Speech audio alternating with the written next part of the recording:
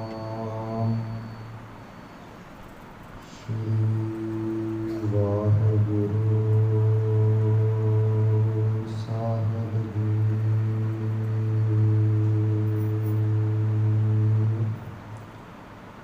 ਸ਼੍ਰੀ ਨਾਨਕ ਪਦ ਪੰਕਜ ਬੰਦਨ ਪਦ ਪੰਕਜ ਬੰਦਨ ਸਿਮਰਾ ਅੰਗਦ ਦੋਖ ਨਿਕੰਦਨ ਅਮਰਦਾਸ ਗੁਰ ਹਿਰਦੈ ਤੇ ਆਵੋ ਹਿਰਦੈ ਤੇ ਆਵੋ ਰਾਮਦਾਸ ਗੁਣ ਗਾਵੋ ਸ਼੍ਰੀ ਅਰਜਨ ਦੇਵ ਨਾਨਕ ਨਾਸ਼ਕ ਦੇਵ ਨਾਨਕ ਨਾਸ਼ਕ ਹਰਿ ਗੋਬਿੰਦ ਸੋਭ ਸਮਤ ਕਰ ਕਾਸ਼ਕ ਸ਼੍ਰੀ ਹਰਿ ਰਾਇ ਨਾਮ ਕਰ ਜੋਰੀ ਨਾਮ ਕਰ ਜੋਰੀ ਗੌਰ ਹਰਿ ਕ੍ਰਿਸ਼ਨ ਮਨਾਈ ਬਿਲੋਰੀ ਤੇਗ ਬਹਾਦਰ ਪਰਮ ਕਿਰਪਾਲਾ ਪਰਮ ਕਿਰਪਾਲਾ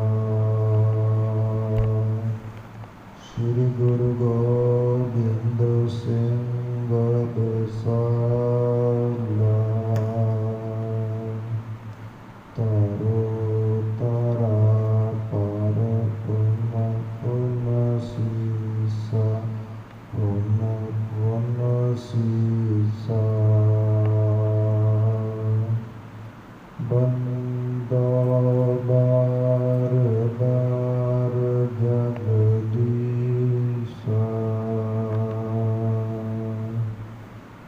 ਜਿਸਨ ਹੈ ਅੰਮ੍ਰਿਤ ਗਿਆਨ ਹੈ ਮਾਨਕ ਭਗਤ ਵਿਰਾਗ ਗੁਰੂ ਗ੍ਰੰਥ ਸਾਹਿਬ ਓਦਦ ਬੰਦੋ ਕਰ ਅਨੁਰਾਗ ਸ੍ਰੀ ਗੁਰ ਸ਼ਬਦ ਕਮਾਏ ਜਿਨਾ ਜੀਤੇ ਪੰਜ ਵਿਕਾਰ ਤਿਨ ਸੰਤਨ ਕਾ ਬੰਧਨਾ ਸਿਰ ਚਰਨਨ ਪਰ ਧਾਰ ਠਾਕੁਰ ਹਮਦਾਸਰ ਮੈਂ ਨਿਰਗੁਣ ਗੁਣ ਨਹੀਂ ਕੋਏ ਨਾਨਕ ਦੂਜਾ ਨਾਮ ਦਾਨ ਰਾਖਾ ਹੋਇਆ ਕਰੋਏ ਨਾਨਕ ਦੂਜਾ ਨਾਮ ਦਾਨ ਰਾਖਾ ਹੋਇਆ ਕਰੋਏ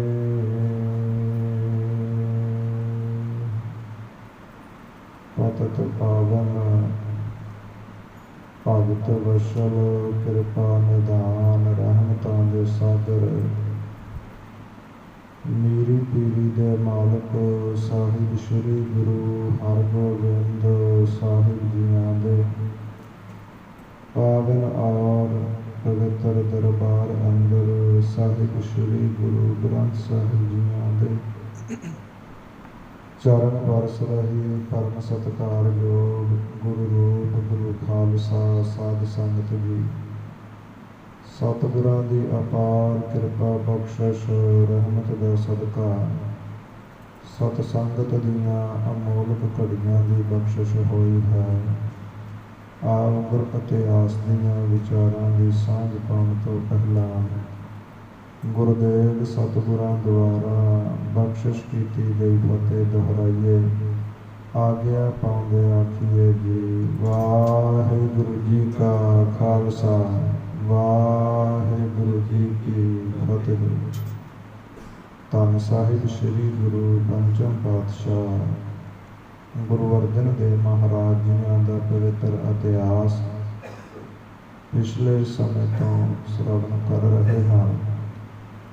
ਜਿਸ ਸਮੇਂ ਸੱਚੇ ਪਾਤਸ਼ਾਹ ਸਾਹਿਬ ਸ੍ਰੀ ਗੁਰੂ ਅਰਜਨ ਦੇਵ ਮਹਾਰਾਜ ਜੀਆਂ ਨੇ ਰਾਮਸਰ ਸਰੋਵਰ ਦੇ ਨਜ਼ਦੀਕ ਬੈਠ ਕਰਕੇ ਸਾਹਿਬ ਸ੍ਰੀ ਗੁਰੂ ਗ੍ਰੰਥ ਸਾਹਿਬ ਜੀਆਂ ਦਾ ਜੋ ਸਰੂਪ ਹੈ, ਗੁਰਬਾਣੀ ਦੀ ਲਿਖਵਾਈ ਹੈ, ਸਾਰੀ ਸੰਪੂਰਨ ਕਰਵਾ ਲਈ। ਧੰਨ ਸਾਹਿਬ ਸ੍ਰੀ ਗੁਰੂ ਅਰਜਨ ਦੇਵ ਮਹਾਰਾਜ ਜੀਆਂ ਨੇ ਇਹ ਸਾਰਾ ਕਾਰਜ ਪੂਰਨ ਕਰਕੇ ਮਹਾਰਾਜ ਹੁਣ ਆਪਣੇ ਘਰ ਗਏ ਹੋਏ। ਸੱਚੇ ਪਾਤਸ਼ਾਹ ਧੰਨ ਸਾਹਿਬ ਸ੍ਰੀ ਗੁਰੂ ਅਰਜਨ ਦੇਵ ਮਹਾਰਾਜ ਜੀਆਂ ਦੇ ਜੋ ਮਹਿਲ ਹਨ, ਧੰਨ ਮਾਤਾ ਗੰਗਾ ਜੀ ਸੱਚੇ ਪਾਤਸ਼ਾਹ ਮਹਾਰਾਜ ਜੀਆਂ ਦੇ ਚਰਨ ਪਰਸ ਰਹੀ ਹੈ। ਮਹਾਰਾਜ ਜੀ ਪ੍ਰਸ਼ਾਦਾ ਛਕ ਕਰਕੇ ਰਾਤਰੀ ਦਾ ਸਮਾਂ ਘਰ ਵਿੱਚ ਬਤੀਤ ਕਰਦੇ ਹਨ ਅਤੇ ਸਵੇਰ ਹੁੰਦਿਆਂ ਸ਼੍ਰੀ ਹਰਿਮੰਦਰ ਸਾਹਿਬ ਜੀਆਂ ਵਿੱਚ ਇਸ਼ਨਾਨ ਪਾਣ ਕਰਕੇ ਮਹਾਰਾਜ ਫਿਰ ਰਾਮਸਰ ਸਰੋਵਰ ਦੇ ਨਜ਼ਦੀਕ ਆ ਜਾਂਦੇ ਹਨ।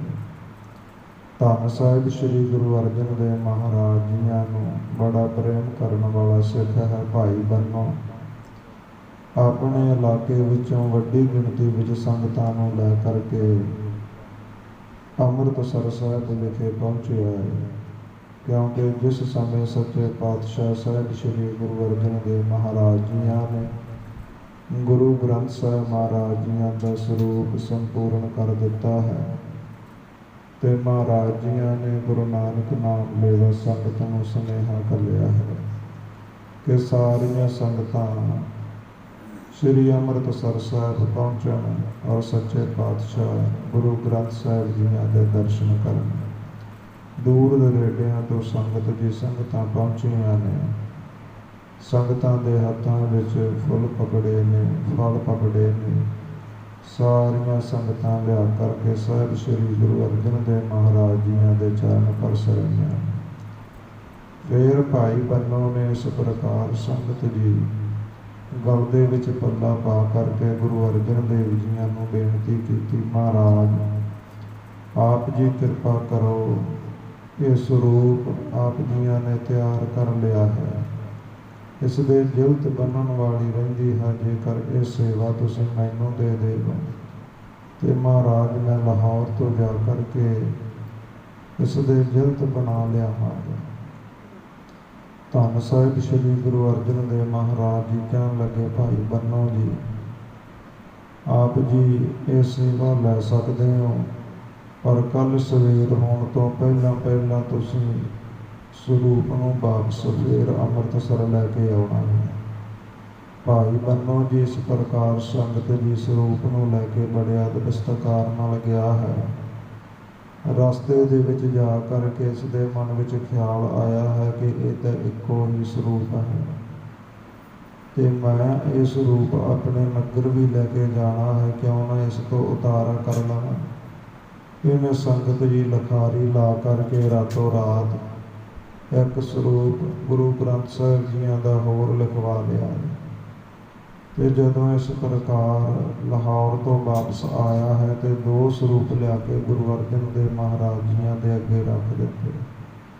ਸੱਚੇ ਪਾਤਸ਼ਾਹ ਵੇਖ ਕਰਕੇ ਹੈਰਾਨ ਹੋ ਗਏ। ਭਾਈ ਬੰਨੋ ਨੇ ਦੱਸਣਾ ਕੀਤਾ, ਮਹਾਰਾਜ ਸਰੂਪ ਇੱਕੋ ਹੀ ਸੀ ਤੇ ਗੁਜਰਾਤ ਇਲਾਕੇ ਵਿੱਚ ਬੜੀਆਂ ਸੰਗਤਾਂ ਵਸਦੀਆਂ ਨੇ ਜਿਨ੍ਹਾਂ ਨੇ ਆਦਿ ਸ੍ਰੀ ਗੁਰੂ ਗ੍ਰੰਥ ਸਾਹਿਬ ਜੀਆਂ ਦੇ ਦਰਸ਼ਨ ਕਰਨੇ ਸਨ। ਇਸ ਲਈ ਮਹਾਰਾਜ ਮੈਂ ਇੱਕ ਹੋਰ ਸਰੂਪ ਦਾ ਉਤਾਰਾ ਕੀਤਾ ਹੈ ਔਰ ਮਹਾਰਾਜ ਇਹਦੇ ਵਿੱਚ ਕੁਝ ਸ਼ਬਦ ਮੈਂ ਆਪਣੇ ਕੋਲੋਂ ਵੀ ਲਿਖੇ। ਧੰਨ ਸਾਹਿਬ ਸ੍ਰੀ ਗੁਰੂ ਅਰਜਨ ਦੇਵ ਮਹਾਰਾਜ ਜੀ ਕਹਿਣ ਲੱਗੇ, ਭਾਈ ਬੰਨੋ, ਇਹ ਤੂੰ ਬੜੀ ਵੱਡੀ ਭੁੱਲ ਕੀਤੀ। ਜੇਕਰ ਹੁਣ ਤੂੰ ਇਸ ਸਰੂਪ ਦੇ ਵਿੱਚ ਆਪਣੇ ਕੋਲੋਂ ਸ਼ਬਦ ਲਿਖ ਹੀ ਦਿੱਤੇ ਨੇ, ਹੁਣ ਇਸੇ ਹੀ ਸਰੂਪ ਨੂੰ ਤੂੰ ਆਪਣੇ ਨਗਰ ਲਿਜਾ ਸਕਦਾ ਹੈ। ਜੋ ਆਦਿ ਸ੍ਰੀ ਗੁਰੂ ਗ੍ਰੰਥ ਸਾਹਿਬ ਜੀਆਂ ਦਾ ਸਰੂਪ ਭਾਈ ਗੁਰਦਾਸ ਜੀਆਂ ਨੇ ਲਿਖਿਆ ਹੈ, ਉਹ ਸਾਡੇ ਕੋਲ ਹੀ ਰਹੇਗਾ।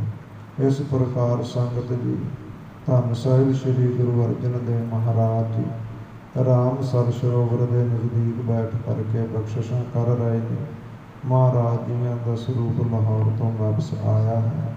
ਆਓ ਜਿਸ ਪ੍ਰਕਾਰ ਅੱਗੇ ਗੁਰ ਇਤਿਹਾਸ ਆਉਂਦਾ ਹੈ, ਮਨ ਚਿਤ ਬਿਰਤੀਆਂ ਇਕਾਗਰ ਕਰੀਏ, ਸ਼ਰਧਾ ਭਾਵਨਾ ਦੇ ਨਾਲ ਗੁਰ ਇਤਿਹਾਸ ਸ਼ਰਵਣ ਕਰੀਏ ਜੀ। ਸਤਨਾਮ ਸ੍ਰੀ ਵਾਹਿਗੁਰੂ ਸਾਹਿਬ ਜੀਓ।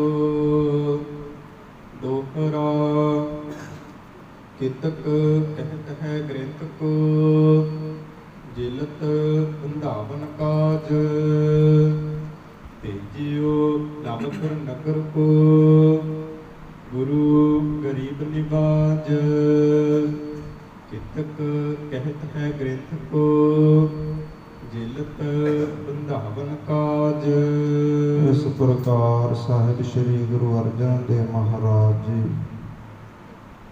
ਜਿਨ੍ਹਾਂ ਨੇ ਭਾਈ ਬੰਨੋ ਜੀਆਂ ਨੂੰ ਆਦਿ ਸ੍ਰੀ ਗੁਰੂ ਗ੍ਰੰਥ ਸਾਹਿਬ ਜੀਆਂ ਦੇ ਸਰੂਪ ਦੀ ਸੇਵਾ ਬਖਸ਼ੀ ਹੈ। ਕੁਝ ਇਤਿਹਾਸ ਤੇ ਇਹ ਕਹਿੰਦਾ ਹੈ ਕਿ ਭਾਈ ਬੰਨੋ ਨੇ ਆ ਕੇ ਬੇਨਤੀ ਕੀਤੀ ਸੀ, ਮਹਾਰਾਜ, ਮੈਂ ਸਰੂਪ ਗੁਜਰਾਤ ਇਲਾਕੇ ਵਿੱਚ ਲਿਜਾਣਾ ਚਾਹੁੰਦਾ ਹਾਂ। ਤੇ ਸਾਹਿਬ ਸ੍ਰੀ ਗੁਰੂ ਅਰਜਨ ਦੇਵ ਮਹਾਰਾਜ ਜੀਆਂ ਨੇ ਮਨਾ ਕਰ ਦਿੱਤਾ ਸੀ, ਭਾਈ ਬੰਨੋ ਜੀ, ਇਹ ਹਲੇ ਸਰੂਪ ਇੱਕੋ ਹੀ ਹੈ। ਜੇਕਰ ਇਹ ਸਰੂਪ ਤੁਸੀਂ ਲੈ ਗਏ ਤੇ ਫਿਰ ਇੱਥੇ ਅੰਮ੍ਰਿਤਸਰ ਸਾਹਿਬ ਵਿੱਚ ਹਰ ਰੋਜ਼ ਇਸ ਦਾ ਪ੍ਰਕਾਸ਼ ਹੋਣਾ। ਸ੍ਰੀ ਹਰਿਮੰਦਰ ਸਾਹਿਬ ਜੀਆਂ ਦੇ ਵਿੱਚ ਇਹ ਮਰਿਆਦਾ ਵਿੱਚ ਵਿਘਨ ਪੈ ਜਾਵੇਗਾ। ਫਿਰ ਸੰਗਤ ਜੀ, ਭਾਈ ਬੰਨੋ ਨੇ ਜਦੋਂ ਜਿਲਤ ਬਣਾਉਣ ਦੀ ਸੇਵਾ ਮੰਗੀ ਹੈ, ਤੇ ਕੁਝ ਵੀ ਕਹਿੰਦੇ ਨੇ ਜਿਲਤ ਬਣਾਉਣ ਦੇ ਬਾਬਤ ਗਿਆ ਸੀ ਲਾਹੌਰ, ਔਰ ਰਸਤੇ ਦੇ ਵਿੱਚ ਬੈਠ ਕਰਕੇ ਲਖਾਰੀ ਲਾ ਕਰਕੇ ਇੱਕ ਸਰੂਪ ਇਸ ਨੇ ਆਪਣਾ ਤਿਆਰ ਕਰਵਾ ਲਿਆ ਸੀ, ਜਿਹਦੇ ਵਿੱਚ ਆਪਣੇ ਕੁਝ ਸ਼ਬਦ ਇਸ ਨੇ ਆਪਣੇ ਕੋਲੋਂ ਲਿਖਵਾ ਦਿੱਤੇ ਸਨ। ਇਸ ਲਈ ਅੱਜ ਵੀ ਇਹ ਸਰੂਪ ਗੁਜਰਾਤ ਇਲਾਕੇ ਵਿੱਚ ਭਾਈ ਬੰਨੋ ਵਾਲੀ ਭੀੜ ਵੱਜਦੀ ਹੈ। ਇਸ ਪ੍ਰਕਾਰ ਜਿਹੜਾ ਇਤਿਹਾਸ ਹੈ, ਕਿਤਕ ਕਹਿਤ ਹੈ ਗ੍ਰੰਥ ਕੋ, ਜਿਲਤ ਬੰਧਾਵਨ ਕਾਜ। ਤੇ ਕੁਝ ਕੁ ਕਹਿੰਦੇ ਨੇ ਭਾਈ ਇਹ ਜਿਲਤ ਬਣਾਵਣ ਗਿਆ ਸੀ। ਭੇਜਿਓ ਲਵਪੁਰ ਨਗਰ ਕੋ, ਗੁਰੂ ਗਰੀਬ ਨਿਵਾਜ। ਗਰੀਬਾਂ ਨੂੰ ਨਿਵਾਜਣ ਵਾਲੇ ਸੱਚੇ ਸਤਿਗੁਰੂ ਗੁਰੂ ਅਰਜਨ ਦੇਵ ਮਹਾਰਾਜ ਜੀਆਂ ਨੇ ਇਸ ਨੂੰ ਲਾਹੌਰ ਘੱਲਿਆ ਸੀ। ਤਹ ਆਵਤ ਜਾਤੇ ਲਿਖਿਓ, ਬੰਨੋ ਗ੍ਰੰਥ ਦਿੱਤੀ। ਇਸ ਪ੍ਰਕਾਰ ਸੰਗਤ ਜੀ, ਇਸ ਨੇ ਰਸਤੇ ਦੇ ਵਿੱਚ ਲਾਹੌਰ ਨੂੰ ਜਾਂਦਿਆਂ ਹੋਇਆਂ ਔਰ ਆਉਂਦਿਆਂ ਹੋਇਆਂ ਰਾਤਰੀ ਦੇ ਵਿੱਚ ਇਸ ਨੇ ਆਪਣਾ ਸਰੂਪ ਜਿਹੜਾ ਭਾਈ ਬੰਨੋ ਵਾਲੀ ਭੀੜ ਹੈ ਉਹ ਲਿਖਿਆ ਸੀ। ਮਹਿਮਾ ਸ੍ਰੀ ਸਤਿਗੁਰੂ ਕੀ, ਸਭ ਵਿਦ ਉੱਤਮ ਥੀ। ਔਰ ਸੰਗਤ ਜੀ, ਕੋਈ ਕੁਝ ਵੀ ਕਰ ਲਵੇ, ਕੋਈ ਕਿੰਨੀਆਂ ਮਰਜ਼ੀ ਖੋਜੀਆਂ ਚਾਲਾਂ ਕਰ ਲਵੇ, ਸਤਿਗੁਰਾਂ ਨਾਲ ਚਲਾਕੀਆਂ ਕਰ ਲਵੇ, ਪਰ ਜਿਹੜੀ ਮਹਿਮਾ ਹੈ ਸੰਪੂਰਨ ਸਤਿਗੁਰੂ ਗੁਰੂ ਗ੍ਰੰਥ ਸਾਹਿਬ ਜੀਆਂ ਦੀ, ਇਹ ਹਰ ਤਰੀਕੇ ਨਾਲ ਉੱਤਮ ਹੀ ਉੱਚੀ ਹੀ ਰਹਿਣੀ ਹੈ। ਸਬਈਆ ਸੰਮਤ 1661 ਤੇ। ਇਸ ਪ੍ਰਕਾਰ ਸੰਗਤ ਜੀ 1660 ਤੇ 1661 ਸੰਮਤ ਵਿੱਚ ਜੀ ਭਾਦਵ ਕੀ ਸੁਦੀ ਏਕਮ ਜਾਨੋ। ਭਾਦੋ ਮਹੀਨੇ ਦੇ ਵਿੱਚ ਮਹਾਰਾਜ ਜੀਆਂ ਨੇ ਇਹ ਆਦਿ ਸ੍ਰੀ ਗੁਰੂ ਗ੍ਰੰਥ ਸਾਹਿਬ ਜੀਆਂ ਦੀ ਜੋ ਲਿਖਵਾਈ ਹੈ, ਇਸ ਨੂੰ ਸੰਗਤ ਜੀ ਸੰਪੂਰਨ ਕਰ ਦਿੱਤਾ ਸੀ। ਗ੍ਰੰਥ ਸਮਾਪਤ ਸ੍ਰੀ ਗੁਰੂ ਕੀਨ। ਸਾਹਿਬ ਸ੍ਰੀ ਗੁਰੂ ਅਰਜਨ ਦੇਵ ਮਹਾਰਾਜ ਜੀਆਂ ਨੇ ਇੱਕ ਓੰਕਾਰ ਤੋਂ ਲੈ ਕਰਕੇ ਰਾਗਮਾਲਾ 18 10 20 ਤੱਕ ਜੋ ਸਾਰੀ ਛੇ ਗੁਰੂ ਇਸ ਪ੍ਰਕਾਰ ਪੰਜਾਂ ਗੁਰੂ ਸਾਹਿਬਾਨਾਂ ਦੀ ਗੁਰਬਾਣੀ ਦਰਜ ਹੋ ਗਈ ਸੀ। ਭਗਤ ਸਾਹਿਬਾਨਾਂ ਦੀ, ਭੱਟ ਸਾਹਿਬਾਨਾਂ ਦੀ ਜੋ ਗੁਰਬਾਣੀ ਹੈ, ਉਹ ਗੁਰੂ ਅਰਜਨ ਦੇਵ ਮਹਾਰਾਜ ਜੀਆਂ ਨੇ ਲਿਖਵਾ ਦਿੱਤੀ ਸੀ। ਮਹਾ ਉਤਸਾਹ ਗੁਰੂ ਘਰ ਠਾਨੋ। ਫਿਰ ਸੰਗਤ ਜੀ ਬੜਾ ਉਤਸ਼ਾਹ ਹੋਇਆ ਹੈ, ਬੜਾ ਵੱਡਾ ਜੋੜ ਮੇਲਾ ਹੋਇਆ ਹੈ। ਸੰਗਤ ਦੇਸ ਵਿਦੇਸਨ ਕੀ ਸੁਨ ਕੈ। ਜਦੋਂ ਮਹਾਰਾਜ ਜੀਆਂ ਨੇ ਸੁਨੇਹੇ ਘੱਲੇ ਕਿ ਭਾਈ ਜਿਹੜਾ ਬਹੁਤ ਵੱਡਾ ਕਾਰਜ ਸੀ ਉਹ ਸੰਪੂਰਨ ਹੋ ਗਿਆ ਹੈ। ਆਦਿ ਸ੍ਰੀ ਗੁਰੂ ਗ੍ਰੰਥ ਸਾਹਿਬ ਜੀਆਂ ਦੀ ਲਿਖਵਾਈ ਹੋ ਗਈ ਹੈ ਤੇ ਫਿਰ ਦੇਸ਼ਾਂ ਵਿਦੇਸ਼ਾਂ ਤੋਂ ਸੰਗਤਾਂ ਸੁੰਦਰ ਭੇਟਾਵਾਂ ਲੈ ਕਰਕੇ ਸ੍ਰੀ ਅੰਮ੍ਰਿਤਸਰ ਸਾਹਿਬ ਪਹੁੰਚੀਆਂ ਹਨ। ਮਨ ਆਨੰਦ ਦੀਰਘ ਮਾਨੋ। ਏਦਾਂ ਸੰਗਤ ਜੀ ਵੇਖ ਵੇਖ ਕੇ ਐਸਾ ਵੱਡਾ ਜੋੜ ਮੇਲਾ, ਆਈਆਂ ਹੋਈਆਂ ਸੰਗਤਾਂ ਦਾ ਉਤਸ਼ਾਹ, ਧੰਨ ਸਾਹਿਬ ਸ੍ਰੀ ਗੁਰੂ ਅਰਜਨ ਦੇਵ ਮਹਾਰਾਜ ਜੀ ਬੜਾ ਆਨੰਦ ਕਰਦੇ ਨੇ। ਦੇਖਣ ਆਵਤ ਭਾਉ ਵਧਾਵਤ। ਤੇ ਸਿੱਖ ਸੰਗਤਾਂ ਵੀ ਆਪਣੇ ਕੰਮਾਂ ਕਾਰਾਂ ਨੂੰ ਤਿਆਗ ਕਰਕੇ ਸੰਗਤ ਜੀ ਬੜੇ ਪ੍ਰੇਮਾ ਭਾਵ ਦੇ ਨਾਲ, ਬੜੀ ਖੁਸ਼ੀ ਦੇ ਨਾਲ ਆਉਂਦੀਆਂ ਨੇ। ਕੋ ਲਿਖ ਬਾਵਨ ਕੋ ਹਿਤ ਬਾਨੋ। ਇਸ ਪ੍ਰਕਾਰ ਏਦਾਂ ਗੱਲਾਂ ਕਰਦੀਆਂ ਨੇ ਕਿ ਮਹਾਰਾਜ ਜੀਆਂ ਨੇ ਕਲਯੁਗ ਦੇ ਭਿਆਨਕ ਸਮੇਂ ਵਿੱਚ ਜਿੱਥੇ ਜੀਵ ਭਵਜਲ ਸੰਸਾਰ ਵਿੱਚ ਡੁੱਬ ਰਹੇ ਸਨ, ਵਿਸ਼ੇ ਵਿਕਾਰਾਂ ਵਿੱਚ ਗੋਤੇ ਖਾ ਰਹੇ ਸਨ, ਉੱਥੇ ਮਹਾਰਾਜ ਜੀਆਂ ਨੇ ਇਹ ਤੁਰਕੀ ਗੁਰਬਾਣੀ ਲਿਖਵਾ ਕਰਕੇ ਬੜਾ ਵੱਡਾ ਪਰ ਉਪਕਾਰ ਕੀਤਾ ਹੈ। ਬੰਨੋ ਆਦਿਕ ਹੈ ਸਿੱਖ ਸੰਗਤ। ਏਦਾਂ ਸੰਗਤ ਜੀ ਭਾਈ ਬੰਨੋ ਜੀ ਵੀ ਬੈਠੇ ਨੇ, ਹੋਰ ਵੀ ਸਿੱਖ ਸੰਗਤਾਂ ਬੈਠੀਆਂ ਨੇ। ਸ੍ਰੀ ਗੁਰੂ ਬੈਠ ਦੀਵਾਨ ਲਗਾਇਓ। ਸਾਹਿਬ ਸ੍ਰੀ ਗੁਰੂ ਅਰਜਨ ਦੇਵ ਮਹਾਰਾਜ ਜੀ ਵੀ ਆ ਕੇ ਸੰਗਤਾਂ ਵਿੱਚ ਬੈਠ ਗਏ, ਬੜਾ ਵੱਡਾ ਦੀਵਾਨ ਸਜਿਆ ਹੈ। ਸ੍ਰੀ ਹਰਗੋਬਿੰਦ ਪਾਸ ਬਿਰਾਜਤ। ਏਦਾਂ ਸੰਗਤ ਜੀ ਧੰਨ ਸਾਹਿਬ ਸ੍ਰੀ ਗੁਰੂ ਅਰਜਨ ਦੇਵ ਜੀਆਂ ਦੇ ਪੁੱਤਰ ਬਾਲਕ ਹਰਗੋਬਿੰਦ ਸਾਹਿਬ ਜੀ ਔਰ ਧੰਨ ਮਾਤਾ ਗੰਗਾ ਜੀ ਸਾਰੇ ਪਰਿਵਾਰ ਸਮੇਤ ਆਏ ਨੇ। ਚੰਦ ਮਨੋ ਪਰਿਵਾਰ ਸੁਭਾਇਓ। ਇਸ ਪ੍ਰਕਾਰ ਸਾਰਾ ਪਰਿਵਾਰ ਗੁਰੂ ਸਾਹਿਬ ਜੀਆਂ ਦਾ ਬੈਠਾ, ਜਿਵੇਂ ਚੰਦਰਮੇ ਦੇ ਆਲੇ ਦੁਆਲੇ ਤਾਰੇ ਸੋਭਾ ਪਾਉਂਦੇ ਨੇ, ਇਸ ਪ੍ਰਕਾਰ ਦੀਵਾਨ ਸਜਿਆ ਹੈ। ਸੀਖ ਲਗੇ ਸਭ ਕੋ ਤਬ ਦੇਵਨ। ਜਦੋਂ ਪੂਰਾ ਦੀਵਾਨ ਭਰ ਗਿਆ, ਇਹ ਸੰਗਤਾਂ ਬੈਠ ਗਈਆਂ, ਇਕਾਗਰ ਹੋ ਗਈਆਂ ਨੇ। ਫਿਰ ਸਾਹਿਬ ਸ੍ਰੀ ਗੁਰੂ ਅਰਜਨ ਦੇਵ ਮਹਾਰਾਜ ਜੀ ਏਦਾਂ ਸੰਗਤ ਜੀ ਸਾਰਿਆਂ ਨੂੰ ਸਿੱਖਿਆ ਦਿੰਦੇ ਨੇ। ਸ੍ਰੀ ਭਰਿਓ ਬਚ ਜੋ ਫਰਮਾਇਓ। ਏਦਾਂ ਮਹਾਰਾਜ ਜੀਆਂ ਨੇ ਮੁਕਤੀ ਦਾ ਰਸਤਾ ਦੱਸਦਿਆਂ ਹੋਇਆਂ ਬੜੇ ਪ੍ਰੇਮ ਭਰੇ ਬੋਲ ਕਹੇ ਹਨ। ਗ੍ਰੰਥ ਜਹਾਜ ਸੋ ਭੋਜਲ ਕੋ ਤਰ। ਮਹਾਰਾਜ ਕਹਿਣ ਲੱਗੇ ਭਾਈ ਜੋ ਆਦਿ ਸ੍ਰੀ ਗੁਰੂ ਗ੍ਰੰਥ ਸਾਹਿਬ ਜੀਆਂ ਦੀ ਅਸੀਂ ਗੁਰਬਾਣੀ ਲਿਖਵਾਈ ਹੈ, ਇਹ ਤਾਂ ਇੱਕ ਜਹਾਜ਼ ਦੀ ਮਾਤ ਹੈ ਭਵਜਲ ਸੰਸਾਰ ਨੂੰ ਲੰਘਣ ਲਈ। ਜਾਤ ਸਖੀਨ ਜਿਨੀ ਚਿਤ ਲਾਇਓ। ਮਹਾਰਾਜ ਕਹਿੰਦੇ ਭਾਈ ਜਿਨ੍ਹਾਂ ਨੇ ਚਿਤ ਲਾ ਕਰਕੇ ਆਦਿ ਸ੍ਰੀ ਗੁਰੂ ਗ੍ਰੰਥ ਸਾਹਿਬ ਜੀਆਂ ਦੀ ਸੰਗਤ ਕੀਤੀ, ਗੁਰਬਾਣੀ ਪੜ੍ਹੀ ਹੈ, ਗੁਰਬਾਣੀ ਪੜ੍ਹਾਈ ਹੈ, ਮਹਾਰਾਜ ਕਹਿੰਦੇ ਉਹ ਭਵਜਲ ਸੰਸਾਰ ਤੋਂ ਸੌਖੇਣ ਭਾਵ ਸੌਖੇ ਹੀ ਤਰ ਜਾਵਣਗੇ। ਸ੍ਰੀ ਗੁਰੂ ਕੇਰ ਸਰੀਰ ਜੋ ਸਭ। ਮਹਾਰਾਜ ਕਹਿਣ ਲੱਗੇ ਭਾਈ ਫਿਰ ਇਹ ਸਰੀਰ ਤੇ ਸਾਡਾ ਇੱਕੋ ਹੀ ਹੈ, ਜੋ ਤੁਸੀਂ ਗੁਰੂ ਨਾਨਕ ਦੇਵ ਜੀਆਂ ਦਾ ਸਰੀਰ, ਗੁਰੂ ਅੰਗਦ ਦੇਵ ਜੀਆਂ ਦਾ ਸਰੀਰ, ਮਹਾਰਾਜ ਕਹਿੰਦੇ ਭਾਵੇਂ ਹੁਣ ਗੁਰੂ ਅਰਜਨ ਦੇਵ ਜੀਆਂ ਦੇ ਰੂਪ ਵਿੱਚ ਸਾਡਾ ਸਰੀਰ ਹੈ। ਸੰਗਤਾਂ ਬੜੀ ਦੂਰ ਦਰੇਡੇ ਵਸਦੀਆਂ ਨੇ ਤੇ ਅਸੀਂ ਹਰ ਥਾਂ ਤੇ ਹਾਜ਼ਰ ਨਹੀਂ ਹੋ ਸਕਦੇ ਸਰੀਰ ਕਰਕੇ, ਇਸ ਲਈ ਇੱਕ ਸਰੀਰ ਕਰਕੇ ਜੀ ਤਾਨ ਸਮੈ ਸਭ ਨਾਦਰ ਸਹਿ। ਮਹਾਰਾਜ ਕਹਿੰਦੇ ਇੱਕੋ ਸਮੇਂ ਅਸੀਂ ਬਹੁਤਿਆਂ ਥਾਵਾਂ ਤੇ ਦਰਸ਼ਨ ਨਹੀਂ ਦੇ ਸਕਦੇ। ਗ੍ਰੰਥ ਰਿਦਾ ਗੁਰ ਕੋ ਇਹ ਜਨ ਕੋ। ਮਹਾਰਾਜ ਕਹਿਣ ਲੱਗੇ ਸੰਗਤ ਜੀ ਜੋ ਆਦਿ ਸ੍ਰੀ ਗੁਰੂ ਗ੍ਰੰਥ ਸਾਹਿਬ ਜੀ ਹਨ ਨਾ, ਇਹ ਤੇ ਦਸਾਂ ਪਾਤਸ਼ਾਹੀਆਂ ਦਾ ਹਿਰਦਾ ਹੈ, ਹਿਰਦਾ ਜਾਣ ਲਵੋ। ਉੱਤਮ ਹੈ ਸਭ ਕਾਲ ਰਹੇ ਹੈ। ਤੇ ਜਿੱਥੇ ਜਿੱਥੇ ਵੀ ਸੰਗਤਾਂ ਵਸਣਗੀਆਂ ਉੱਥੇ ਉੱਥੇ ਆਦਿ ਸ੍ਰੀ ਗੁਰੂ ਗ੍ਰੰਥ ਸਾਹਿਬ ਜੀਆਂ ਦਾ ਸਰੂਪ ਸੋਭਾ ਪਾਵੇਗਾ। ਇੱਕੋ ਸਮੇਂ ਸੰਗਤਾਂ ਆਪੋ ਆਪਣੇ ਇਲਾਕਿਆਂ ਦੇ ਵਿੱਚ ਗੁਰੂ ਘਰਾਂ ਵਿੱਚ ਜਾ ਕਰਕੇ ਗੁਰੂ ਪਾਤਸ਼ਾਹ ਦੇ ਦਰਸ਼ਨ ਕਰਨਗੀਆਂ। ਮੇਰੇ ਸਰੂਪ ਤੇ ਤੇ ਜਾਂਤੇ ਹੈ ਦੀਰਗ। ਮਹਾਰਾਜ ਕਹਿਣ ਲੱਗੇ, ਭਾਈ ਸਾਡੇ ਸਰੂਪ ਤੋਂ ਵੀ ਵੱਡਾ ਅਦਬ ਹੈ। ਗੁਰੂ ਅਰਜਨ ਦੇਵ ਜੀ ਸੰਗਤਾਂ ਨੂੰ ਸਿੱਖਿਆ ਦਿੰਦੇ ਨੇ ਕਿ ਭਾਈ ਜਿਵੇਂ ਤੁਸੀਂ ਸਾਡੀ ਸੇਵਾ ਕਰਦੇ ਹੋ, ਸਤਿਕਾਰ ਕਰਦੇ ਹੋ, ਇਸ ਲਈ ਜੋ ਗੁਰੂ ਕੀ ਗੁਰਬਾਣੀ ਹੈ ਇਸ ਨੂੰ ਤੇ ਸਭ ਤੋਂ ਉੱਤਮ ਜਾਣਨਾ ਜੀ। ਸਾਹਿਬ ਜਾਨ ਅਦਾਇਬ ਕਹਿ। ਇਸ ਪ੍ਰਕਾਰ ਸਾਹਿਬ ਜਾਣ ਕਰਕੇ ਇਹ ਪੂਰਨ ਸਤਿਗੁਰੂ ਹੈ ਗੁਰੂ ਗ੍ਰੰਥ ਸਾਹਿਬ ਜੀ। ਸਾਹਿਬ ਮਾਲਕ ਜਾਣ ਕਰਕੇ ਇਸ ਦਾ ਅਦਬ ਸਤਿਕਾਰ ਕਰਨਾ ਹੈ।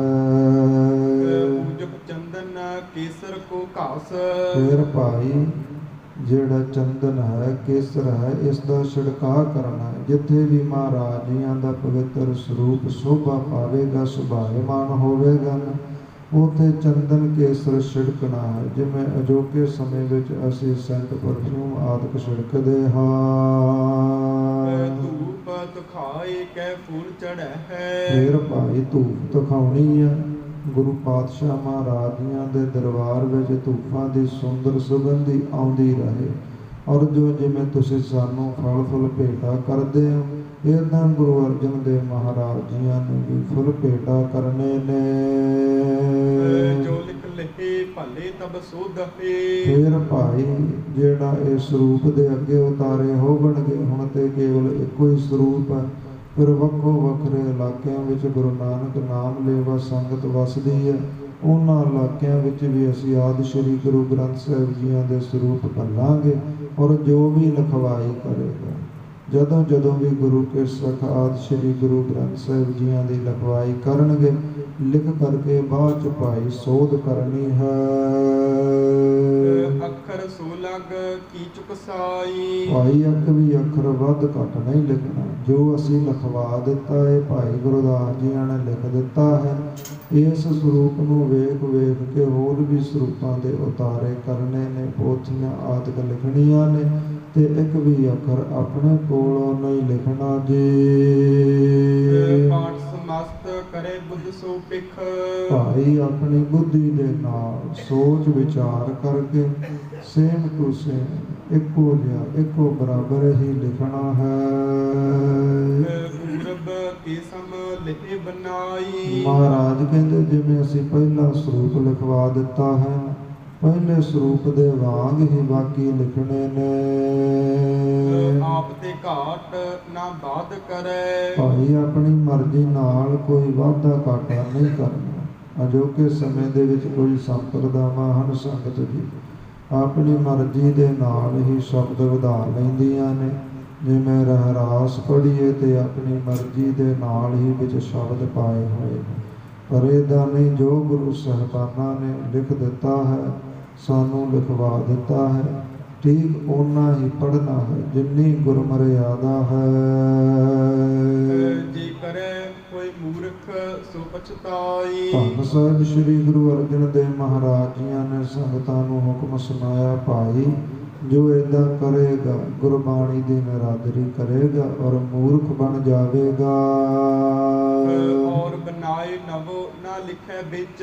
ਮਹਾਰਾਜ ਕਹਿੰਦੇ, ਭਾਈ ਜੇਕਰ ਹੋਰ ਕਿਸੇ ਨੇ ਆਪਣੀ ਕੋਈ ਰਚਨਾ ਲਿਖਣੀ ਵੀ ਹੋਈ, ਕੋਈ ਬਹੁਤਾ ਵਿਦਵਾਨ ਹੋਇਆ ਜੀ, ਕਾਵਿ ਰਚੈ ਸੋ ਰੁਚੋ ਪਥਕਾਈ। ਮਹਾਰਾਜ ਕਹਿੰਦੇ ਵੱਖਰੀ ਕੋਈ ਪੋਥੀ ਲਿਖੇ। ਜੇ ਕਿਸੇ ਨੇ ਆਪਣੇ ਬੋਲ ਲਿਖਣੇ ਵੀ ਹੋਏ ਨਾ, ਕੋਈ ਵੱਖਰੀ ਪੋਥੀ ਕਿਤਾਬ ਲਿਖ ਸਕਦਾ ਹੈ ਭਾਈ। ਪਰ ਗੁਰੂ ਗ੍ਰੰਥ ਸਾਹਿਬ ਜੀਆਂ ਦੇ ਵਿੱਚ ਆਪਣੇ ਕੋਲੋਂ ਕੋਈ ਵੀ ਸ਼ਬਦ ਨਾ ਤੇ ਘਟ ਸਕਦਾ ਹੈ, ਨਾ ਲਿਖ ਸਕਦਾ ਹੈ। 14 ਲੋਕ ਤੇ ਹੋਏ ਬਲੀ। ਭਾਈ ਉਹ 14 ਲੋਕਾਂ ਤੋਂ ਬਲੀ ਹੋਵੇਗਾ। ਹੁਣ ਸਾਹਿਬ ਸ੍ਰੀ ਗੁਰੂ ਅਰਜਨ ਦੇਵ ਮਹਾਰਾਜ ਆਪਣੇ 9ਵੇਂ ਸਰੂਪ ਗੁਰੂ ਤੇਗ ਬਹਾਦਰ ਸਾਹਿਬ ਜੀਆਂ ਦਾ ਜ਼ਿਕਰ 5ਵੇਂ ਜਾਮੇ ਵਿੱਚ ਹੀ ਕਰਨ ਲੱਗੇ। ਮਹਾਰਾਜ ਕਹਿੰਦੇ, ਭਾਈ ਇਹਦੇ ਵਿੱਚ 5 ਪਾਤਸ਼ਾਹੀਆਂ ਦੀ ਗੁਰਬਾਣੀ ਅਸੀਂ ਦਰਜ ਕਰ ਦਿੱਤੀ ਹੈ। ਭੱਟ ਸਾਹਿਬਾਨਾਂ ਦੀ ਹੈ, ਗੁਰਸਿੱਖਾਂ ਦੀ ਹੈ, ਭਗਤ ਸਾਹਿਬਾਨਾਂ ਦੀ ਹੈ। ਇੱਕ ਸਰੂਪ ਦੀ ਗੁਰਬਾਣੀ ਰਹਿੰਦੀ ਹੈ, ਇੱਕ ਪਾਤਸ਼ਾਹ ਦੀ ਗੁਰਬਾਣੀ ਰਹਿੰਦੀ ਹੈ। ਉਹ ਕੈਸਾ ਹੋਵੇਗਾ? ਉਹ 14 ਲੋਕਾਂ ਵਿੱਚ ਬੜਾ ਬਲੀ ਹੋਵੇਗਾ। ਬਲ ਕੋ ਜਰ ਜਾਏ ਹਿਰਦੈ ਮਹਿ ਜੋਈ। ਤੇ ਬੜਾ ਹੀ ਧੀਰਜ ਵਾਲਾ ਹੋਵੇਗਾ, ਬੜੀਆਂ ਵੱਡੀਆਂ ਘਟਨਾਵਾਂ ਹਿਰਦੇ ਵਿੱਚ ਜਲ ਜਾਵੇਗਾ। ਸੋ ਉਪਕਾਰ ਕੇ ਕਾਰਨ ਕੋ ਸਿਰ ਦੇ। ਭਾਈਓ, ਇਸ ਹਿੰਦੁਸਤਾਨ ਦੇ ਉੱਪਰ ਬੜਾ ਵੱਡਾ ਪਰਉਪਕਾਰ ਹੋਵੇਗਾ। ਇਸ ਹਿੰਦੁਸਤਾਨ ਦੀ ਆਨ ਬਾਣ ਸ਼ਾਨ ਨੂੰ ਬਚਾਉਣ ਵਾਸਤੇ, ਧਰਮ ਨੂੰ ਬਚਾਉਣ ਵਾਸਤੇ, ਤਿਲਕ ਜੰਜਨ ਨੂੰ ਬਚਾਉਣ ਵਾਸਤੇ ਉਹ ਇਸ ਪ੍ਰਕਾਰ ਆਪਣਾ ਸਿਰ ਦੇ ਜਾਵੇਗਾ। ਕੋਈ ਸਮੁਖ ਧੀਰਤ ਰੋਈ। ਬੜੀ ਧੀਰਜ ਵਾਲਾ ਹੋਵੇਗਾ। ਫਿਰ ਸਾਹਿਬ ਸ੍ਰੀ ਗੁਰੂ ਅਰਜਨ ਦੇਵ ਮਹਾਰਾਜ ਜੀਆਂ ਦੇ ਇਹ ਬੋਲ ਸੱਚ ਹੋਏ। ਧੰਨ ਸਾਹਿਬ ਸ੍ਰੀ ਗੁਰੂ ਤੇਗ ਬਹਾਦਰ ਸਾਹਿਬ ਜੀਆਂ ਨੇ ਸੰਗਤ ਦੀ ਦਿੱਲੀ ਚਾਂਦਨੀ ਚੌਂਕ ਵਿੱਚ ਜਾ ਕਰਕੇ ਹਿੰਦੂ ਧਰਮ ਦੀ ਪੱਤ ਰੱਖਦਿਆਂ ਹੋਇਆਂ, ਇੱਜ਼ਤ ਟੱਕਦਿਆਂ ਹੋਇਆਂ ਮਹਾਰਾਜ ਜੀਆਂ ਨੇ ਵੱਡਾ ਬਲੀਦਾਨ ਦਿੱਤਾ, ਆਪਣਾ ਸਿਰ ਕਟਵਾਇਆ ਹੈ। ਆਪਣੀ ਬਾਣੀ ਚੜਾਵਹਿ ਸੋ ਇੱਕ। ਮਹਾਰਾਜ ਉੱਥੇ ਦੱਸ ਰਹੇ ਨੇ ਭਾਈ ਗੁਰਦਾਸ ਵਰਗਿਆਂ ਨੂੰ, ਬਾਬਾ ਬੁੱਢਾ ਸਾਹਿਬ ਵਰਗਿਆਂ ਨੂੰ, ਹੋਰ ਵੀ ਸੰਗਤਾਂ ਨੂੰ, ਭਾਈ ਜੋ ਆਪਣਾ ਸਿਰ ਦੇਵੇਗਾ ਦਿੱਲੀ ਜਾ ਕਰਕੇ, ਉਹਦੀ ਗੁਰਬਾਣੀ ਰਹਿੰਦੀ ਹੈ ਤੇ ਉਹ ਆਪਣੀ ਗੁਰਬਾਣੀ ਆਪ ਚੜਾਵੇਗਾ। ਕੋਈ ਸੋ ਨਹੀਂ ਦੂਸਰ ਕੋਈ। ਉਹਦੇ ਵਰਗਾ ਕੋਈ ਦੂਜਾ ਨਹੀਂ ਹੋਵੇਗਾ। ਜੋ ਇਸ ਪ੍ਰਕਾਰ ਕੋਈ ਹੋਰ ਇਸ ਵਿੱਚ ਗੁਰਬਾਣੀ ਲਿਖ ਦੇਵੇਗਾ। ਇੱਕ ਪਾਤਸ਼ਾਹ ਦੀ ਗੁਰਬਾਣੀ ਗੁਰੂ ਤੇਗ ਬਹਾਦਰ ਸਾਹਿਬ ਜੀਆਂ ਦੀ ਰਹਿੰਦੀ ਹੈ। ਉਹ ਸਮੇਂ ਅਨੁਸਾਰ ਆਗਣਗੇ, ਗੁਰਬਾਣੀ ਉਚਾਰਨਗੇ।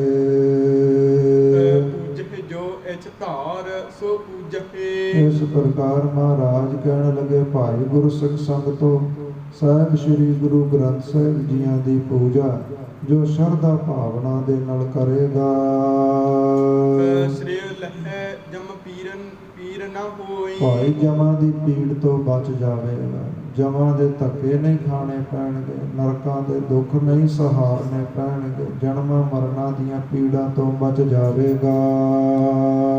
ਵੇਦ ਪੁਰਾਨ ਮਹਾਨ ਮਹਾਤਮ। ਮਹਾਰਾਜ ਕਹਿਣ ਲੱਗੇ, ਭਾਈ ਜਿਵੇਂ ਪੁਰਾਤਨ ਸਮਿਆਂ ਤੋਂ ਲੈ ਕਰਕੇ ਵੇਦਾਂ ਦਾ, ਪੁਰਾਣਾਂ ਦਾ, ਕਿਤਾਬਾਂ ਦਾ ਬੜਾ ਵੱਡਾ ਮਹਾਤਮ ਹੈ। ਜਾਹਿ ਬਖਾਨ ਕਰੇ ਸਮੁਦਾਇ। ਭਾਈ ਸਾਰੇ ਰਿਸ਼ੀ ਮੁਨੀ ਸਮੇਂ ਸਿਰ ਇਹਨਾਂ ਵੇਦਾਂ ਪੁਰਾਣਾਂ ਦਾ ਕਥਨ ਕਰਦੇ ਆਏ, ਵਡਿਆਈ ਕਰਦੇ ਆਏ ਨੇ। ਅੰਤ ਨ ਪਾਵਤ ਸ਼ੇਸ਼ ਨ ਸਾਰਦ। ਤੇ ਉਸ ਪਰਮੇਸ਼ਰ ਦਾ ਅੰਤ ਨਹੀਂ ਪਾਇਆ ਗਿਆ। ਭਾਵੇਂ ਵੇਦਾਂ ਕਿਤਾਬਾਂ ਪੁਰਾਣਾਂ ਦੇ ਵਿੱਚ ਬੜਾ ਕੁਝ ਲਿਖਿਆ ਹੈ, ਬੜਿਆਂ ਨੇ ਪੜ੍ਹਿਆ ਹੈ, ਬੜਿਆਂ ਨੇ ਸੁਣਾਇਆ ਹੈ, ਪਰ ਜਿਹੜਾ ਇੱਕ ਅਕਾਲ ਪੁਰਖ ਵਾਹਿਗੁਰੂ ਹੈ ਨਾ, ਉਹਦਾ ਅੰਤ ਜਾਂ ਪਾਰਵਾਰ ਨਹੀਂ ਪਾਇਆ ਜੀ। ਨੇਤ ਹੀ ਨੇਤ ਅਸ਼ੇਸ਼ ਬਤਾਏ। ਨਾ ਹੀ ਤਾਂ ਸ਼ੇਸ਼ ਨਾਗ ਜੋ ਲੱਖਾਂ ਜੀਭਾਂ ਵਾਲਾ ਹੈ, ਉਸ ਨੇ ਉਸ ਦੀ ਵਡਿਆਈ ਕਰ ਸਕਿਆ ਹੈ। ਨਾ ਹੀ ਜੋ ਸਾਰਦਾ ਦੇਵੀ ਹੈ, ਉਸ ਨੇ ਇਸ ਪ੍ਰਕਾਰ ਵਡਿਆਈ ਕੀਤੀ ਹੈ। ਜੋ ਸਰਬੋਤਮ ਜੋ ਸਰਬਾਰਸ਼। ਇਸ ਪ੍ਰਕਾਰ ਫਿਰ ਜਿਹੜਾ ਸਾਰਿਆਂ ਤੋਂ ਉੱਤਮ ਹੈ, ਸਰਬ ਗਿਆਤਾ ਹੈ। ਤਾਹੀ ਕੇ ਨਾਮ ਇਸੀ ਮਹਿਗਾਏ। ਮਹਾਰਾਜ ਕਹਿੰਦੇ, ਉਸ ਪਰਮੇਸ਼ਰ ਦਾ ਨਾਮ ਅਸੀਂ ਆਦਿ ਸ੍ਰੀ ਗੁਰੂ ਗ੍ਰੰਥ ਸਾਹਿਬ ਜੀ ਵਿੱਚ ਗਾਇਆ ਹੈ। ਜਿਵੇਂ ਸਮੇਂ ਤੇ ਵੇਦ ਕਿਤਾਬ, ਪੁਰਾਣ ਕੁਰਾਨ ਆਦਿਕ ਮਹਾਰਾਜ ਕਹਿੰਦੇ ਗ੍ਰੰਥ ਪ੍ਰਗਟ ਹੁੰਦੇ ਰਹੇ ਨੇ, ਉਹਨਾਂ ਵਿੱਚ ਵੀ ਉਸ ਪਰਮੇਸ਼ਰ ਦੀ ਵਡਿਆਈ ਕੀਤੀ ਹੈ। ਪਰ ਮਹਾਰਾਜ ਕਹਿੰਦੇ, ਧੰਨ ਸਾਹਿਬ ਸ੍ਰੀ ਗੁਰੂ ਗ੍ਰੰਥ ਸਾਹਿਬ ਜੀਆਂ ਦੇ ਵਿੱਚ ਅਸੀਂ ਸਰਬੱਤ ਦੇ ਭਲੇ ਦੀ ਗੱਲ ਕੀਤੀ ਹੈ। ਇਸ ਪ੍ਰਕਾਰ ਮਹਾਰਾਜ ਕਹਿੰਦੇ, ਉਸ ਅਕਾਲ ਪੁਰਖ ਵਾਹਿਗੁਰੂ ਦਾ ਨਾਮ ਤੇ ਆਇਆ ਹੈ। ਨਾਮ ਸੋ ਨਾਮੀ ਕੋ ਭੇਦ ਨਹੀਂ। ਮਹਾਰਾਜ ਕਹਿੰਦੇ, ਉਸ ਪਰਮੇਸ਼ਰ ਦੇ ਨਾਮ ਦੇ ਵਿੱਚ ਔਰ ਨਾਮ ਜਪਣ ਵਾਲਿਆਂ ਵਿੱਚ ਕੋਈ ਭੇਦ ਨਹੀਂ ਰਹਿੰਦਾ ਜੀ। ਇੱਕ ਮੂਰਤ ਸ੍ਰੀ ਕਰਤਾਰ ਸੁਭਾਏ। ਇਸ ਪ੍ਰਕਾਰ ਆਦਿ ਸ੍ਰੀ ਗੁਰੂ ਗ੍ਰੰਥ ਸਾਹਿਬ ਮਹਾਰਾਜ ਜੀ ਜੋ ਸਰੂਪ ਹਨ, ਇਹ ਅਕਾਲ ਪੁਰਖ ਵਾਹਿਗੁਰੂ ਦਾ ਹੀ ਸਰੂਪ ਹਨ। ਜੋ ਸੱਚਖੰਡ ਵਸੈ ਨਿਰੰਕਾਰ, ਉਹ ਅਕਾਲ ਪੁਰਖ ਵਾਹਿਗੁਰੂ ਹੈ ਨਾ, ਇਸ ਸ੍ਰਿਸ਼ਟੀ ਨੂੰ ਸਾਜਣ ਵਾਲਾ ਹੈ, ਪਾਲਣ ਵਾਲਾ ਹੈ। ਮਹਾਰਾਜ ਕਹਿੰਦੇ ਇਹ ਉਹੀ ਸਰੂਪ ਹਨ। ਜੇਤਕ ਗ੍ਰੰਥ ਅਦਾਇਬ ਰੱਖੇ। ਮਹਾਰਾਜ ਕਹਿੰਦੇ, ਫੇਰ ਭਾਈ ਜਿੰਨਾ ਕੁ ਗੁਰਸਿੱਖ ਗੁਰਬਾਣੀ ਦਾ ਆਦਰ ਸਤਿਕਾਰ ਡਰ ਭੈ ਰੱਖੇਗਾ, ਗੁਰੂ ਗ੍ਰੰਥ ਸਾਹਿਬ ਜੀਆਂ ਦਾ ਭੈ ਮੰਨੇਗਾ, ਦੇਤਕ ਹੀ ਫਲ ਫਲ ਪਾਵਹਿ ਗੋ। ਮਹਾਰਾਜ ਕਹਿੰਦੇ ਭਾਈ ਉਹੋ ਜਿਹਾ ਫਲ ਪਾ ਲਵੇਗਾ ਜਿੰਨਾ ਗੁਰਬਾਣੀ ਦਾ ਸਤਿਕਾਰ ਕਰੋਗੇ ਸੰਗਤ ਜੀ। ਸੰਸਾਰ ਦੇ ਵਿੱਚ ਤੁਹਾਡਾ ਦੁੱਗਣਾ ਤਿੱਗਣਾ ਸਤਿਕਾਰ ਹੋਵੇਗਾ, ਜ਼ਿਆਦੇ ਹੋਵੇਗਾ। ਪਰ ਜਿੰਨਾ ਗੁਰਬਾਣੀ ਦਾ ਨਿਰਾਦਰ ਕਰੋਗੇ ਤੇ ਇਹ ਵੀ ਯਾਦ ਰੱਖਿਓ ਸੰਸਾਰ ਦੇ ਵਿੱਚ ਦੁੱਗਣਾ ਚੌਗੁਣਾ ਤੁਹਾਡਾ ਨਿਰਾਦਰ ਵੀ ਹੋਵੇਗਾ। ਇਹਦਾ ਮਹਾਰਾਜ ਬਖਸ਼ਿਸ਼ ਕਰ ਰਹੇ ਨੇ ਕਿ ਗੁਰੂ ਆਦਿ ਸ੍ਰੀ ਗੁਰੂ ਗ੍ਰੰਥ ਸਾਹਿਬ ਜੀਆਂ ਦੀ ਸਤ ਸੰਗਤ ਤੇ ਐਸੀ ਹੈ। ਮਹਾਰਾਜ ਜੀਆਂ ਦੇ ਚਰਨ ਪਰਸਨੇ ਐਸੇ ਨੇ ਜਿਹੋ ਜੀ ਕਿਸੇ ਦੀ ਭਾਵਨਾ ਹੋਵੇਗੀ ਉਹੋ ਜਿਹੇ ਫਲ ਪ੍ਰਾਪਤ ਕਰ ਲਵੇਗਾ। ਧੂਪ ਤਖਾਏ ਕਸਾਏ ਕੈ ਚੰਦਨ। ਭਾਈ ਫਿਰ ਧੂਫਾਂ ਨੂੰ ਤਖਾਉਣਾ ਜਾਂ ਚੰਦਨਾ ਕੇਸਰਾਂ ਦਾ ਛਿੜਕਾ ਕਰਨਾ ਜੀ। ਕੇਸਰ ਕੋ ਅਰਚਾਵਹਿ ਗੋ। ਔਰ ਇਸ ਪ੍ਰਕਾਰ ਜਿੱਥੇ ਮਹਾਰਾਜ ਜੀਆਂ ਦਾ ਸਰੂਪ ਸੁਭਾਏਮਾਨ ਹੋਵੇਗਾ ਉੱਥੇ ਸੁੰਦਰ ਸੁਗੰਧੀਆਂ ਛਿੜਕਣਾ ਜੀ। ਭਾਵਨੀ ਧਾਰ ਕੇ ਚਾਹੇ ਉਮਾਹਤ। ਇਸ ਪ੍ਰਕਾਰ ਸੱਚੇ ਸਤਿਗੁਰਾਂ ਦੀ ਜੋ ਸੇਵਾ ਹੈ ਸਤ ਸੰਗਤ ਹੈ ਇਹ ਭਾਵਨਾ ਉਤਸ਼ਾਹ ਨਾਲ ਕਰਨਾ ਜੀ। ਦਿਵਸ ਪ੍ਰਤੀ ਦਰਸਾਵਹਿ ਗੋ। ਤੇ ਹਰ ਰੋਜ਼ ਮਹਾਰਾਜ ਕਹਿੰਦੇ ਦਰਸ਼ਨ ਕਰਨਾ। ਸਾਹਿਬ ਸ੍ਰੀ ਗੁਰੂ ਗ੍ਰੰਥ ਸਾਹਿਬ ਜੀਆਂ ਦੇ ਆ ਕਰਕੇ ਦਿਨ ਵਿੱਚ 2 ਵਾਰ, ਜੇ 2 ਵਾਰ ਨਹੀਂ ਤੇ ਇੱਕ ਵਾਰੀ ਜ਼ਰੂਰ ਦਿਨ ਵਿੱਚ ਦਰਸ਼ਨ ਕਰਨਾ ਜੀ। ਪਾਠ ਕਰੇ ਕੇ ਸੁਨੇ ਮਨ ਏਕ। ਮਹਾਰਾਜ ਕਹਿੰਦੇ ਗੁਰੂ ਗ੍ਰੰਥ ਸਾਹਿਬ ਜੀਆਂ ਦੀ ਜੋ ਗੁਰਬਾਣੀ ਹੈ ਸਤ ਸੰਗਤ ਹੈ ਇਹ ਇੱਕ ਮਨ ਇੱਕ ਚਿੱਤ ਹੋ ਕਰਕੇ ਸ਼ਰਧਾ ਭਾਵਨਾ ਨਾਲ ਸੁਣਨਾ ਪੜਨਾ ਜੀ। ਹਵੈ ਹੀ ਉਪਦੇਸ਼ ਵਸਾਵਹਿ ਗੋ। ਫੇਰ ਹੀ ਭਾਈ ਹਿਰਦੇ ਵਿੱਚ ਉਪਦੇਸ਼ ਵਸੇਗਾ। ਜੇਕਰ ਧਿਆਨ ਦੇ ਨਾਲ ਗੁਰਬਾਣੀ ਪੜੋਗੇ ਭਾਵਨਾ ਦੇ ਨਾਲ ਸੁਣੋਗੇ ਸਤ ਸੰਗਤ ਕਰੋਗੇ ਗੁਰੂ ਦਾ ਉਪਦੇਸ਼ ਫੇਰ ਹੀ ਹਿਰਦੇ ਵਿੱਚ ਵਸੇਗਾ। ਦੇਖਤ ਕੀ ਕਰ ਜੋਰ ਦੋ। ਤੇ ਜਿੱਥੇ ਵੀ ਮਹਾਰਾਜ ਕਹਿੰਦੇ ਆਦਿ ਸ੍ਰੀ ਗੁਰੂ ਗ੍ਰੰਥ ਸਾਹਿਬ ਜੀਆਂ ਦਾ ਸਰੂਪ ਨਜ਼ਰ ਆਵੇ ਕਿਤੇ ਰਸਤੇ ਵਿੱਚ ਮਹਾਰਾਜ ਜੀਆਂ ਦਾ ਸਰੂਪ ਕੋਈ ਪਰਿਵਾਰ ਲੈ ਕੇ ਜਾਂਦਾ ਹੋਵੇ ਕੋਈ ਨਗਰ ਕੀਰਤਨ ਹੋਵੇ ਮਹਾਰਾਜ ਕਹਿੰਦੇ ਜਿੱਥੇ ਵੀ ਗੁਰਸਿੱਖਾ ਤੇਰੀ ਨਿਗਾਹ ਗੁਰੂ ਗ੍ਰੰਥ ਸਾਹਿਬ ਜੀਆਂ ਦੇ ਉੱਪਰ ਪੈ ਜਾਵੇ ਤੇ ਉੱਥੇ ਹੀ ਜੋੜੇ ਉਤਾਰ ਕਰਕੇ ਹੱਥ ਜੋੜ ਕਰਕੇ ਨਿਮਰਤਾ ਵਿੱਚ ਆ ਕਰਕੇ ਨਮਸਕਾਰ ਕਰਨਾ ਜੀ। ਮਨ ਨੰਬਰ ਹਵੈ ਸੀਸ ਨਿਵਾਵਹਿ ਗੋ। ਧੌਣ ਨੂੰ ਝੁਕਾ ਕਰਕੇ ਮਹਾਰਾਜ ਜੀਆਂ ਨੂੰ ਨਮਸਕਾਰ ਕਰਨਾ ਜੀ। ਔਰਨ ਕੋ ਉਪਦੇਸ਼ ਕਰੈ ਲਿਖ। ਮਹਾਰਾਜ ਕਹਿੰਦੇ ਫੇਰ ਭਾਈ ਹੋਰਾਂ ਨੂੰ ਵੀ ਉਪਦੇਸ਼ ਦੇਣਾ ਹੈ। ਕੀ ਉਪਦੇਸ਼ ਦੇਣਾ ਹੈ ਕਿ ਗੁਰੂ ਗ੍ਰੰਥ ਸਾਹਿਬ ਜੀਆਂ ਦੇ ਲੜ ਲੱਗੋ, ਗੁਰੂ ਗ੍ਰੰਥ ਸਾਹਿਬ ਜੀਆਂ ਦੀ ਗੁਰਬਾਣੀ ਪੜ੍ਹੋ, ਗੁਰੂ ਗ੍ਰੰਥ ਸਾਹਿਬ ਜੀਆਂ ਦੇ ਦਰਸ਼ਨ ਕਰੋ ਜੀ।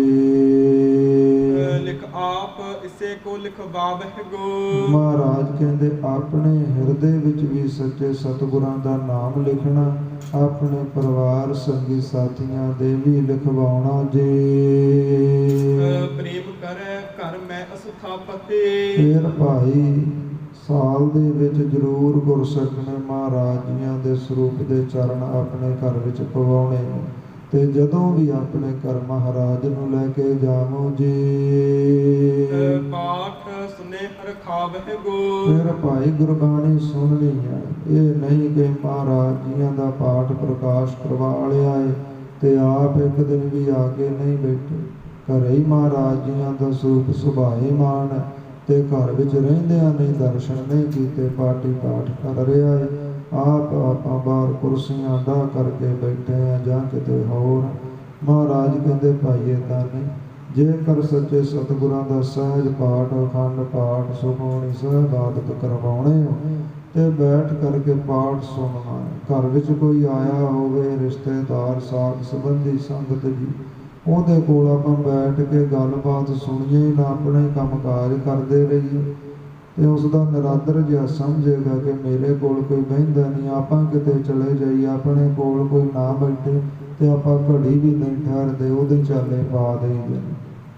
ਇਹਦਾ ਜਦੋਂ ਵੀ ਗੁਰੂ ਸਾਹਿਬਾਨ ਭਾਈ ਗੁਰਸਿੱਖੋ ਘਰੇ ਜਾਵਣ ਤੇ ਖਾਸ ਧਿਆਨ ਰੱਖਣਾ ਹੈ ਕਿ ਮਹਾਰਾਜ ਦੇ ਕੋਲ ਬੈਠਣਾ। ਜਦੋਂ ਵੀ ਗੁਰਬਾਣੀ ਪੜ੍ਹੀ ਸੁਣੀ ਜਾਵੇ ਤੇ ਕੋਲ ਬੈਠ ਕਰਕੇ ਗੁਰਬਾਣੀ ਦਾ ਆਨੰਦ ਮਾਣਨਾ ਹੈ। ਸੋਜਕ ਬੰਧਨ ਛੇਦਨ ਕੈ ਨਰ। ਮਹਾਰਾਜ ਕਹਿੰਦੇ ਭਾਈ ਕੀ ਹੋਵੇਗਾ ਫਿਰ ਜਿਹੜੇ ਸੰਸਾਰ ਦੇ ਬੰਧਨ ਹਨ, ਜਨਮਾਂ ਮਰਨਾਂ ਦੇ ਗੇੜੇ ਹਨ, ਗੁਰਬਾਣੀ ਸੁਣ ਪੜ ਕੇ ਟੁੱਟ ਜਾਵਣਗੇ। ਅੰਤ ਗਤੀ ਸੁਭ ਪਾਵਹਿ ਗੋ। ਸਤ ਸੰਗਤ ਕਰਦਾ ਕਰਦਾ ਜਿਹੜਾ ਗੁਰਸਿੱਖ ਹੈ, ਅੰਤਲੇ ਸਮੇਂ ਗਤੀ ਪਾ ਜਾਵੇਗਾ। ਕਾਰਜ ਹੋਏ ਸੰਪੂਰਨ ਬਾਛਤ। ਮਹਾਰਾਜ ਕਹਿੰਦੇ ਭਾਈ, ਫਿਰ ਸੰਸਾਰ ਦਾ ਕੋਈ ਵੀ ਕਾਰਜ ਹੋਵੇ, ਕੋਈ ਵੀ ਕੰਮ ਹੋਵੇ, ਉਸ ਨੂੰ ਸੰਪੂਰਨ ਕਰਨਾ ਹੋਵੇ। ਦਿਲੀ ਇੱਛਾ ਹੋਵੇ ਕਿ ਮੇਰਾ ਇਹ ਕਾਰਜ ਬਣ ਜਾਵੇ ਜੀ। ਪਾਠ ਕਰੈ ਕੇ ਕਰਵਾਵਹਿ ਗੋ। ਜਾਂ ਤਾਂ ਭਾਈ ਆਪ ਪਾਠ ਕਰੇ ਤੇ ਜਾਂ ਫਿਰ ਪਾਠੀ ਸਿੰਘ ਕੋਲੋਂ ਪਾਠ ਕਰਵਾਵੇ। ਗੁਰਬਾਣੀ ਦਾ ਓਟ ਆਸਰਾ ਲਵੇ ਜੇ ਜੀਵਨ ਦੇ ਕਾਰਜ ਪੂਰਨ ਕਰਨੇ ਨੇ। ਭੋਗ ਪਰੇ ਕਰਵਾਏ ਤੇ ਹਾਵਲ।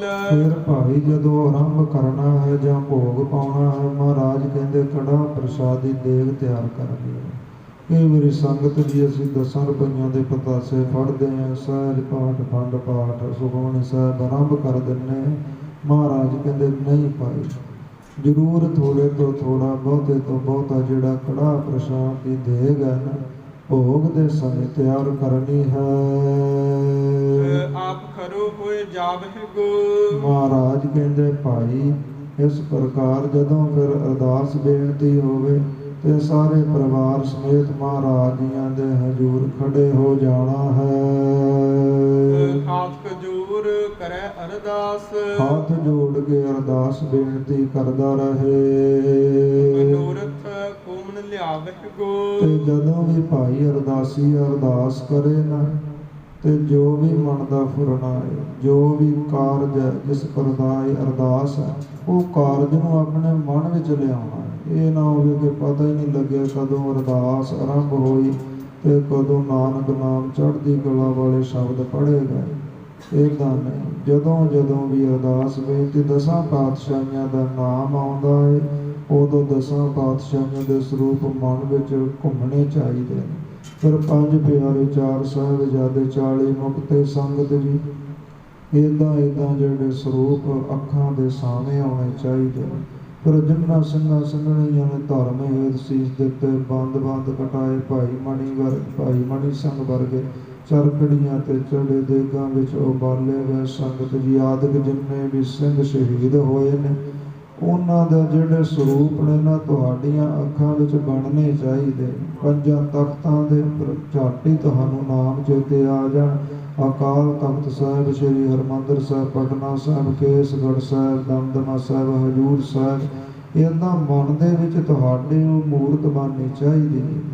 ਜਿਸ ਕਾਰਜ ਦੇ ਪ੍ਰਥਾਏ ਤੁਸੀਂ ਅਰਦਾਸ ਕਰਵਾ ਰਹੇ ਹੋ, ਪਰਿਵਾਰ ਦੀ ਸੁੱਖ ਸ਼ਾਂਤੀ, ਦੇਹ ਅਰੋਗਤਾ ਜਾਂ ਦੇਸ਼ਾਂ ਵਿਦੇਸ਼ਾਂ ਦੇ ਕਾਰਜ ਹਨ, ਉਹ ਤੁਹਾਡੇ ਮਨ ਵਿੱਚ ਸੰਕਲਪ ਚੱਲਣਾ ਚਾਹੀਦਾ ਹੈ, ਫੁਰਨੇ ਬਣਨੇ ਚਾਹੀਦੇ ਨੇ, ਫਿਰ ਅਰਦਾਸਾਂ ਪੂਰਨ ਹੁੰਦੀਆਂ ਨੇ। ਕਈ ਵਾਰੀ ਅਰਦਾਸ ਕਰਦੇ ਆ, ਮਨ ਕਿਤੇ ਹੋਰ ਉਡਾਰੀਆਂ ਮਾਰ ਜਾਂਦਾ ਹੈ ਸੰਗਤ ਜੀ, ਪਤਾ ਹੀ ਨਹੀਂ ਲੱਗਦਾ ਕਦੋਂ ਅਰਦਾਸ ਆਰੰਭ ਹੋਈ, ਸੰਪੂਰਨ ਹੋਈ।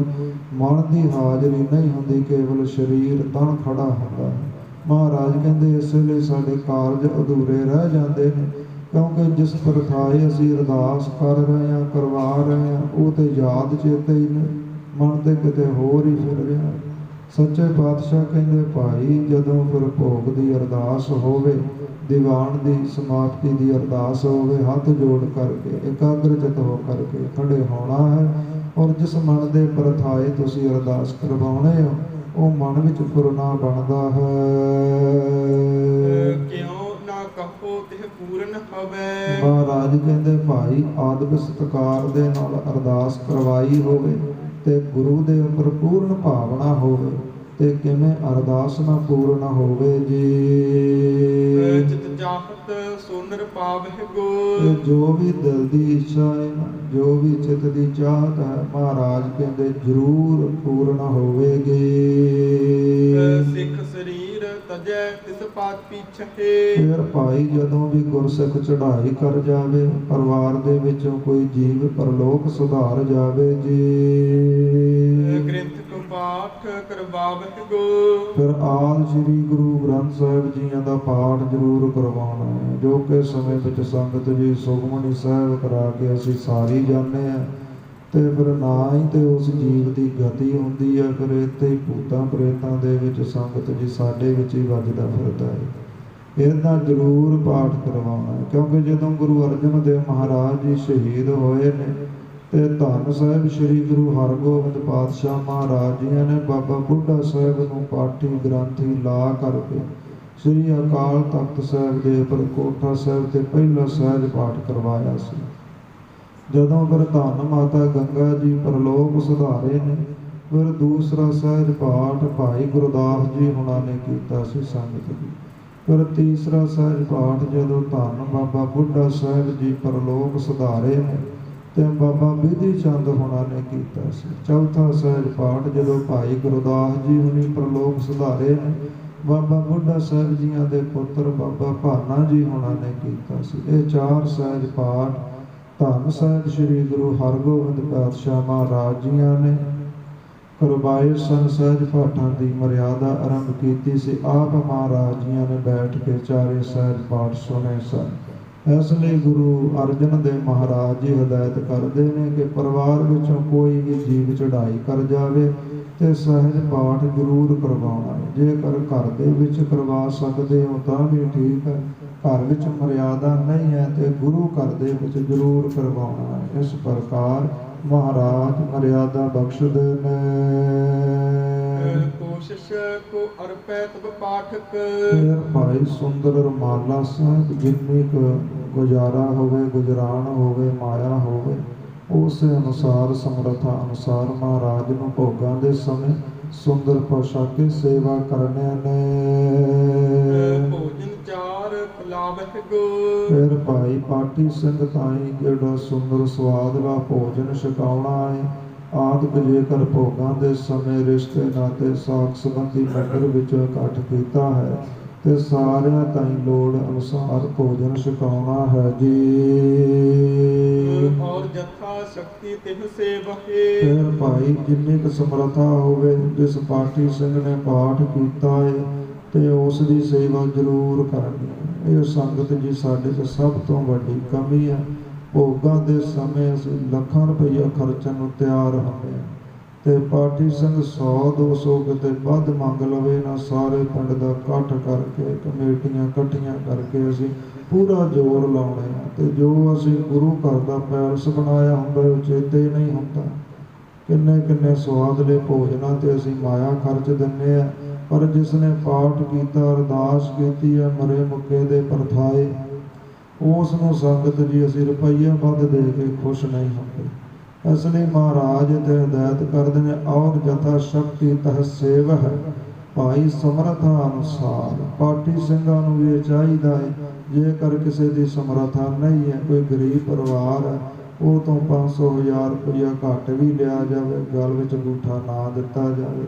ਪਰ ਜਿਹੜੇ ਭਾਈ ਪਰਿਵਾਰ ਸਰਦੇ ਵਰਦੇ ਨੇ, ਭੋਗਾਂ ਤੇ ਲੱਖਾਂ ਰੁਪਈਆ ਖਰਚਣ ਨੂੰ ਬੈਠੇ ਨੇ, ਜੇਕਰ ਉਹ 500,000 ਰੁਪਈਆ ਵੱਧ ਵੀ ਦੇ ਦੇਣਗੇ ਤੇ ਉਹਨਾਂ ਦਾ ਕੁਝ ਘਟਦਾ ਨਹੀਂ। ਮਹਾਰਾਜ ਕਹਿੰਦੇ ਸਮਰੱਥਾ ਅਨੁਸਾਰ ਜਿੰਨੀ ਸੇਵਾ ਕਰ ਸਕਦੇ ਹੋ, ਮਾਇਆ ਦੀ, ਵਸਤਰਾਂ ਦੀ, ਜੋ ਵੀ ਕਰ ਸਕਦੇ ਹੋ ਜ਼ਰੂਰ ਕਰਨੀ ਹੈ। ਲਿਆਏ ਕਰਾਪੋ ਵਰਤਾਵੇ ਗੋ।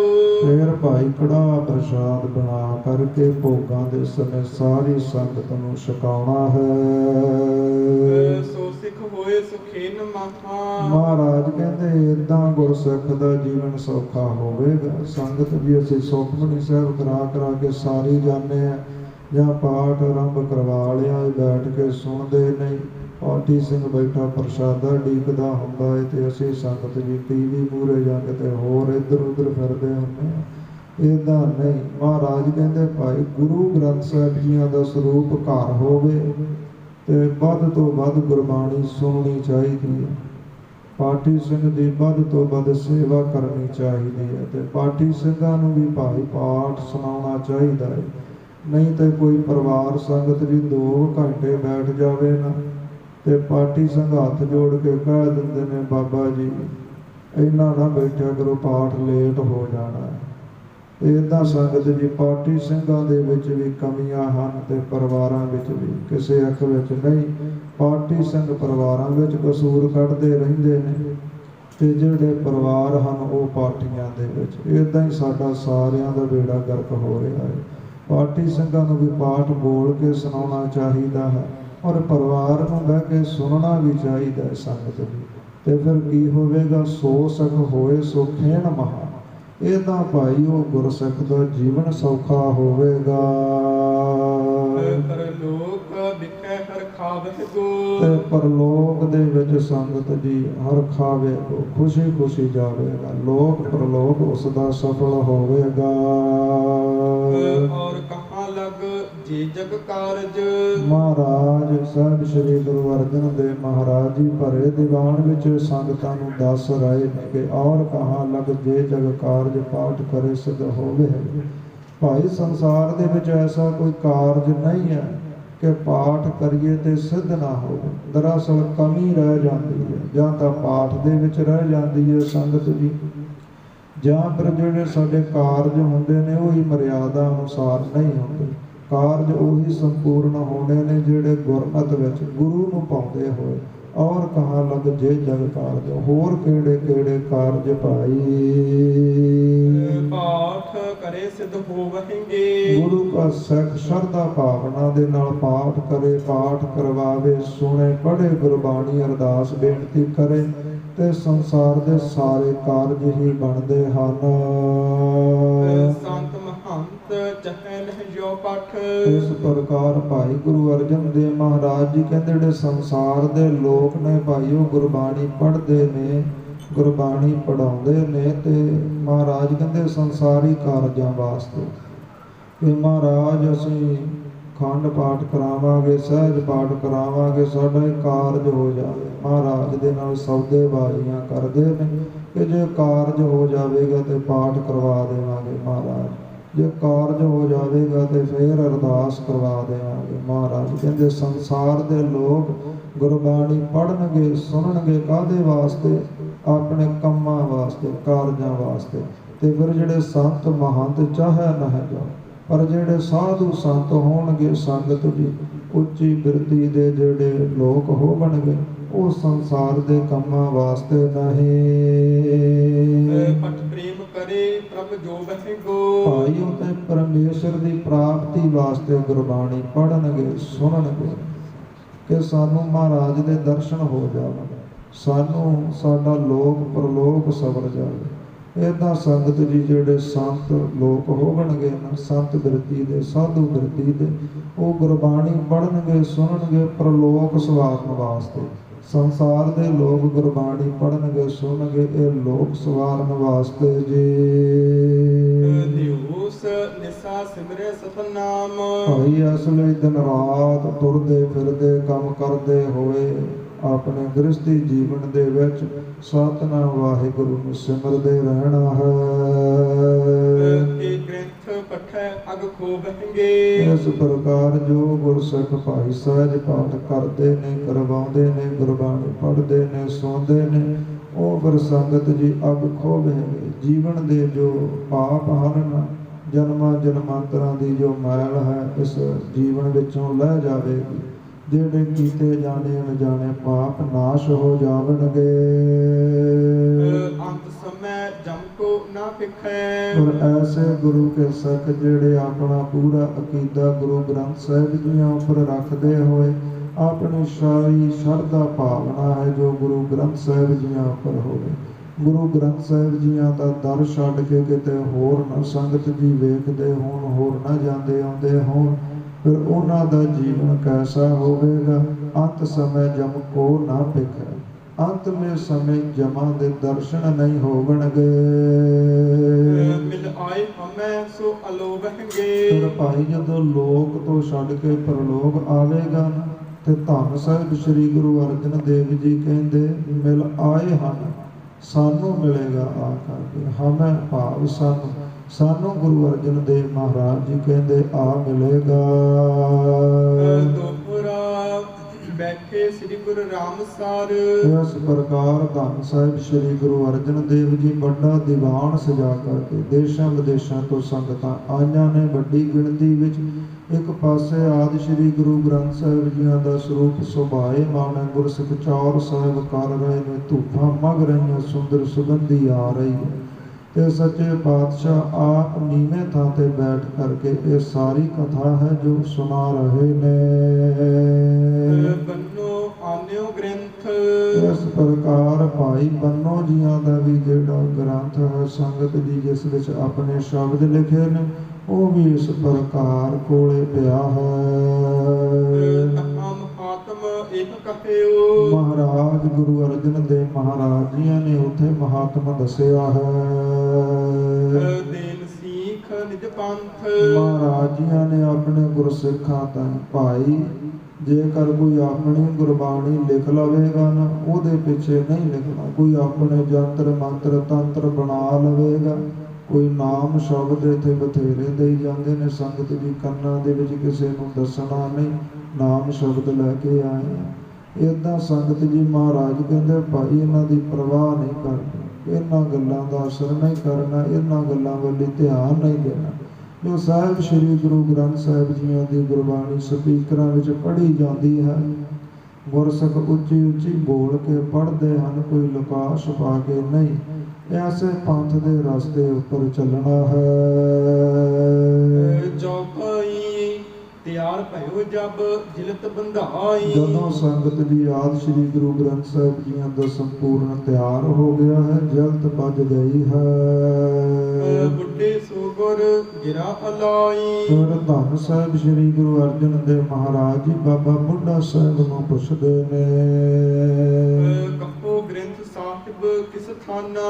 ਮਹਾਰਾਜ ਕਹਿੰਦੇ ਬਾਬਾ ਬੁੱਢਾ ਸਾਹਿਬ ਜੀ ਹੁਣ ਦੱਸੋ, ਆਦਿ ਸ੍ਰੀ ਗੁਰੂ ਗ੍ਰੰਥ ਸਾਹਿਬ ਜੀਆਂ ਦਾ ਸਰੂਪ ਤਿਆਰ ਬਰ ਤਿਆਰ ਹੋ ਗਿਆ ਹੈ, ਹੁਣ ਕਿੱਥੇ ਇਸ ਨੂੰ ਸੁਭਾਏ ਮਾਣ ਕਰੀਏ ਜੀ। ਨਿਤ ਸੋਭੇ ਜਹ ਮਹਿਦ ਮਹਾਨਾ। ਜਿੱਥੇ ਹਰ ਰੋਜ਼ ਇਹ ਸੋਭਾ ਪਾਵੇ, ਜਿੱਥੇ ਇਹਦੀ ਮਹਾਨ ਵਡਿਆਈ ਹੋਵੇ ਜੀ। ਹਾਥ ਜੋੜ ਤਿਨ ਤਬਹੇ ਬਖਾਨੋ। ਫਿਰ ਸੰਗਤ ਜੀ ਬਾਬਾ ਬੁੱਢਾ ਸਾਹਿਬ ਜੀਆਂ ਨੇ ਹੱਥ ਜੋੜ ਬੇਨਤੀ ਕੀਤੀ ਹੈ। ਸ੍ਰੀ ਗੁਰੂ ਤੁਮ ਤੇ ਕੌਣ ਸਿਆਨੋ। ਸ਼੍ਰੋਮਣੀ ਸਤਿਗੁਰੂ ਗੁਰੂ ਅਰਜਨ ਦੇਵ ਮਹਾਰਾਜ ਜੀ ਭਾਵੇਂ ਤੁਹਾਡੇ ਤੋਂ ਕੌਣ ਸਿਆਣਾ ਹੈ, ਅਸੀਂ ਤੇ ਮਹਾਰਾਜ ਭੁੱਲਣਹਾਰ ਹਾਂ, ਤੁਹਾਡੇ ਤੋਂ ਭਲਾ ਦੀ ਕੌਣ ਸਿਆਣਾ ਹੈ। ਤਉ ਸੁਨਪੋ ਸਰਸਦਾ ਮਝਾਰਾ। ਮਹਾਰਾਜ ਆਪ ਜੀਆਂ ਨੇ ਜੇਕਰ ਵਡਿਆਈ ਬਖਸ਼ੀ ਹੈ, ਸਾਨੂੰ ਪੁੱਛਿਆ ਹੈ, ਤੇ ਮਹਾਰਾਜ ਜੋ ਅੰਮ੍ਰਿਤ ਸਰੋਵਰ ਹੈ ਸ੍ਰੀ ਹਰਿਮੰਦਰ ਸਾਹਿਬ ਜੀਆਂ ਦਾ, ਉਸ ਦੇ ਵਿਚਕਾਰ ਜੋ ਸ੍ਰੀ ਹਰਿਮੰਦਰ ਸਾਹਿਬ ਸੋਭਾ ਪਾਉਂਦਾ ਹੈ। ਹਰਿਮੰਦਰ ਸੁੰਦਰ ਦਰਬਾਰਾ। ਜੋ ਆਪ ਜੀਆਂ ਨੇ ਕਿਰਪਾ ਕਰਕੇ ਮਹਾਰਾਜ ਧੰਨ ਸਾਹਿਬ ਸ੍ਰੀ ਗੁਰੂ ਰਾਮਦਾਸ ਮਹਾਰਾਜ ਜੀਆਂ ਦਾ ਪਵਿੱਤਰ ਦਰਬਾਰ ਸੁੰਦਰ ਹਰਿਮੰਦਰ ਸਾਹਿਬ ਬਣਵਾਇਆ ਹੈ।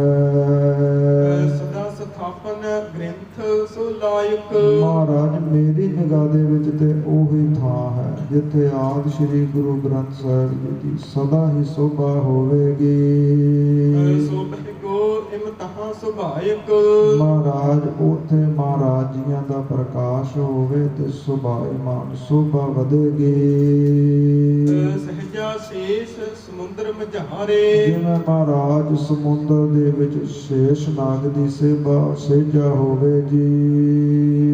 ਜਥਾ ਸੇਖ ਸਾਈ ਛਬਛ ਧਾਰੇ। ਏਦਾਂ ਮਹਾਰਾਜ ਜਿਵੇਂ ਸਮੁੰਦਰ ਦੇ ਵਿਚਕਾਰ ਕਮਲ ਦਾ ਫੁੱਲ ਸੋਭਾ ਪਾਉਂਦਾ ਹੈ, ਸਮੁੰਦਰ ਦੇ ਵਿਚਕਾਰ ਸ਼ੇਸ਼ ਨਾਗ ਵਰਗੇ ਸੋਭਾ ਪਾਉਂਦੇ ਨੇ। ਮਨੋ ਬੀਚ ਬੈਕੁੰਠ ਸੋ ਮੰਦਰ। ਜਿਵੇਂ ਮਹਾਰਾਜ ਬੈਕੁੰਠ ਸਵਰਗਾਂ ਅੰਦਰ ਜੀ। ਵਿਸ਼ਨ ਬਿਰਾਜ ਹੈ ਛਬ ਸੋ ਅੰਦਰ। ਭਗਵਾਨ ਵਿਸ਼ਨੂੰ ਦਾ ਜਿਹੜਾ ਤਖਤ ਸੋਭਾ ਪਾਉਂਦਾ ਹੈ। ਸੁਨਤ ਪ੍ਰਸੰਨ ਗੁਰੂ ਬਹੁ ਭਾਏ। ਏਦਾਂ ਜਦੋਂ ਬਾਬਾ ਬੁੱਢਾ ਸਾਹਿਬ ਜੀ ਵਡਿਆਈ ਕਰ ਰਹੇ ਨੇ ਨਾ ਸ੍ਰੀ ਹਰਿਮੰਦਰ ਸਾਹਿਬ ਜੀਆਂ ਦੀ, ਕਿ ਜਿਵੇਂ ਮਹਾਰਾਜ ਸਮੁੰਦਰ ਵਿੱਚ ਸ਼ੇਸ਼ ਨਾਗ, ਜਿਵੇਂ ਸਮੁੰਦਰ ਵਿੱਚ ਕਮਲ ਦਾ ਫੁੱਲ, ਜਿਵੇਂ ਮਹਾਰਾਜ ਬੈਕੁੰਠ ਦੇ ਵਿੱਚ ਸਵਰਗਾਂ ਵਿੱਚ ਵਿਸ਼ਨੂੰ ਦਾ ਤਖਤ, ਠੀਕ ਇਸੇ ਤਰ੍ਹਾਂ ਸ੍ਰੀ ਹਰਿਮੰਦਰ ਸਾਹਿਬ ਜੀਆਂ ਦੇ ਅੰਦਰ ਜਲ ਦੇ ਵਿਚਕਾਰ ਸਾਹਿਬ ਸ੍ਰੀ ਗੁਰੂ ਗ੍ਰੰਥ ਸਾਹਿਬ ਜੀਆਂ ਦੀ ਸੋਭਾ ਹੋਵੇਗੀ। ਜਥਾ ਜੋਗ ਇਨ ਵਰਣਨ ਪਾਏ। ਇਹ ਤਾਂ ਬਾਬਾ ਬੁੱਢਾ ਸਾਹਿਬ ਜੀਆਂ ਨੇ ਹੱਥ ਜੋੜ ਕਰਕੇ ਗੁਰੂ ਅਰਜਨ ਦੇਵ ਜੀਆਂ ਨੂੰ ਬੇਨਤੀ ਕੀਤੀ ਹੈ। ਬਣਿਓ ਸੁਦਾਸਰ ਵਿੱਚ ਹਰ ਮੰਦਰ। ਬਾਬਾ ਬੁੱਢਾ ਸਾਹਿਬ ਜੀ ਕਹਿਣ ਲੱਗੇ, ਮਹਾਰਾਜ ਇਹ ਤੋਂ ਭਲਾ ਹੋਰ ਕਿਹੜੀ ਸੁੰਦਰ ਜਗ੍ਹਾ ਹੋਵੇਗੀ। ਅੰਮ੍ਰਿਤ ਸਰੋਵਰ ਦੇ ਵਿੱਚ ਸੋਹਣਾ ਹਰਮੰਦਰ ਬਣਿਆ ਹੈ। ਇੱਕ ਸਮ ਨਹੀਂ ਤਰਲੋਕੀ ਅੰਦਰ। ਮਹਾਰਾਜ ਤਿੰਨਾਂ ਲੋਕਾਂ ਵਿੱਚ ਨਿਗਾਹ ਮਾਰ ਲਈਏ, ਪਤਾਲ ਦੇ ਵਿੱਚ, ਅਸਮਾਨ ਦੇ ਵਿੱਚ ਤੇ ਸਾਰੀ ਧਰਤੀ ਦੇ ਉੱਪਰ ਸ੍ਰੀ ਹਰਿਮੰਦਰ ਸਾਹਿਬ ਜੀਆਂ ਵਰਗੀ ਸੋਭਾ ਕਿਤੇ ਹੋਰ ਦਿਖਾਈ ਨਹੀਂ ਦਿੰਦੀ। ਤਥਾ ਗ੍ਰੰਥ ਸਾਹਿਬ ਸੁਭ ਰਚਿਓ। ਮਹਾਰਾਜ ਫਿਰ ਆਪ ਜੀਆਂ ਨੇ ਸੁੰਦਰ ਹਰਿਮੰਦਰ ਸਾਹਿਬ ਵੀ ਰਚਿਆ ਹੈ ਤੇ ਸੁੰਦਰ ਆਦਿ ਸ੍ਰੀ ਗੁਰੂ ਗ੍ਰੰਥ ਸਾਹਿਬ ਵੀ ਰਚਿਆ ਹੈ। ਸਰਬੋਤਮ ਹਰ ਨਾਮਨ ਖਚਿਓ। ਮਹਾਰਾਜ ਇਹ ਦੋਵੇਂ ਚੀਜ਼ਾਂ ਸੰਸਾਰ ਤੋਂ ਉੱਤਮ ਹਨ, ਇਹਨਾਂ ਵਰਗੀਆਂ ਕੋਈ ਵੀ ਨਹੀਂ ਜੀ। ਉੱਤਮ ਮੇਲ ਦੋਨੋਂ ਕੋ ਬਨੈ। ਮਹਾਰਾਜ ਫਿਰ ਜਿਹੜਾ ਉੱਤਮ ਮੇਲ ਇਹਨਾਂ ਦੋਵਾਂ ਦਾ ਬਣਦਾ ਹੈ, ਇੱਕ ਤੇ ਹਰਮੰਦਰ ਸੋਹਣਾ ਹੈ, ਉਤੋਂ ਗੁਰੂ ਨਾਨਕ ਦੀ ਗੁਰਬਾਣੀ ਸੁੰਦਰ ਹੈ। ਨਿਸਬਾਸੁਰ ਹਰ ਕੀਰਤਨ ਭੰਨੈ। ਮਹਾਰਾਜ ਫਿਰ ਦਿਨ ਰਾਤ ਰਾਗੀ ਸਿੱਖ ਆਦਿ ਸ੍ਰੀ ਗੁਰੂ ਗ੍ਰੰਥ ਸਾਹਿਬ ਜੀਆਂ ਦੀ ਹਜ਼ੂਰੀ ਵਿੱਚ ਕੀਰਤਨ ਕਰਨਗੇ। ਸੁਣ ਗੁਰਦਾਸ ਸੋ ਬਾਗ ਹਮਾਰੇ। ਪਰ ਸਾਹਿਬ ਸ੍ਰੀ ਗੁਰੂ ਅਰਜਨ ਦੇਵ ਮਹਾਰਾਜ ਜੀਆਂ ਨੇ ਕਿਹਾ, ਭਾਈ ਗੁਰਦਾਸ ਜੀ ਸਾਡੇ ਬਚਨ ਸੁਣ ਲਵੋ। ਸ੍ਰੀ ਗੁਰੂ ਰਾਮਦਾਸ ਦਰਬਾਰੇ। ਇਹ ਜੋ ਸ਼੍ਰੋਮਣੀ ਸਤਿਗੁਰੂ ਧੰਨ ਗੁਰੂ ਰਾਮਦਾਸ ਮਹਾਰਾਜ ਸਾਡੇ ਪਿਤਾ ਸਤਿਗੁਰੂ ਦਾ ਸੁੰਦਰ ਦਰਬਾਰ ਹੈ। ਦਿਨ ਪ੍ਰਤ ਬਦਲੇ ਸਮਾਜ ਵਡੇਰੇ। ਭਾਈਓ ਤੇ ਦਿਨ ਪ੍ਰਤ ਹਰ ਰੋਜ਼ ਭੀੜ ਵੱਧਦੀ ਜਾਵੇਗੀ, ਸੰਗਤਾਂ ਦਾ ਵਾਧਾ ਹੋਵੇਗਾ। ਦੁਖਦਾਰਦ ਕੋ ਆਏ ਨ ਨੇਰੇ। ਭਾਈ ਫਿਰ ਜਾ ਕਰਕੇ ਜੋ ਸ੍ਰੀ ਹਰਿਮੰਦਰ ਸਾਹਿਬ ਜੀਆਂ ਦੇ ਕਲਯੁਗ ਦੇ ਸਮੇਂ ਵਿੱਚ ਦਰਸ਼ਨ ਕਰੇਗਾ, ਇਸ਼ਨਾਨ ਪਾਣ ਕਰੇਗਾ, ਜਿਹੜੇ ਦੁੱਖ ਦਲਿੱਦਰ ਰੋਗ ਸੋਗ ਚਿੰਤਾਵਾਂ ਹਨ ਉਹ ਨੇੜੇ ਨਹੀਂ ਆਵਣਗੀਆਂ। ਹਰਿਮੰਦਰ ਹਰ ਰੂਪ ਬਿਲੰਦਾ। ਕਿਉਂਕਿ ਸ੍ਰੀ ਹਰਿਮੰਦਰ ਸਾਹਿਬ ਜੀਆਂ ਦਾ ਜਿਹੜਾ ਸੁੰਦਰ ਰੂਪ ਹੈ, ਸੁਭਾਏਮਾਨ ਜੋ ਮਹਾਰਾਜ ਕਹਿੰਦੇ ਸਰੂਪ ਹੈ ਨਾ, ਉਸ ਨੂੰ ਵੇਖ ਕਰਕੇ ਹੀ ਸ਼ਾਂਤੀ ਆਵੇਗੀ।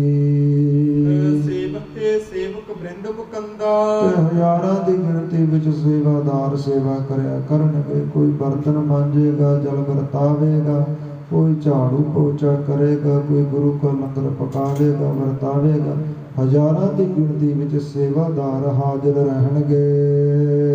ਲక్ష్ਮੀ ਨਿਸਬਾਸੁਰ ਇਸ ਸੇਵਕੇ। ਸਾਰੇ ਸੰਸਾਰ ਦੀ ਜੋ ਲక్ష్ਮੀ ਆ ਮਾਇਆ ਹੈ, ਉਹ ਧੰਨ ਸਾਹਿਬ ਸ੍ਰੀ ਗੁਰੂ ਗ੍ਰੰਥ ਸਾਹਿਬ ਜੀਆਂ ਦੇ ਚਰਨ ਪਰਸੇ, ਦਿਨ ਰਾਤ ਚਰਨ ਪਰਸੇਗੀ।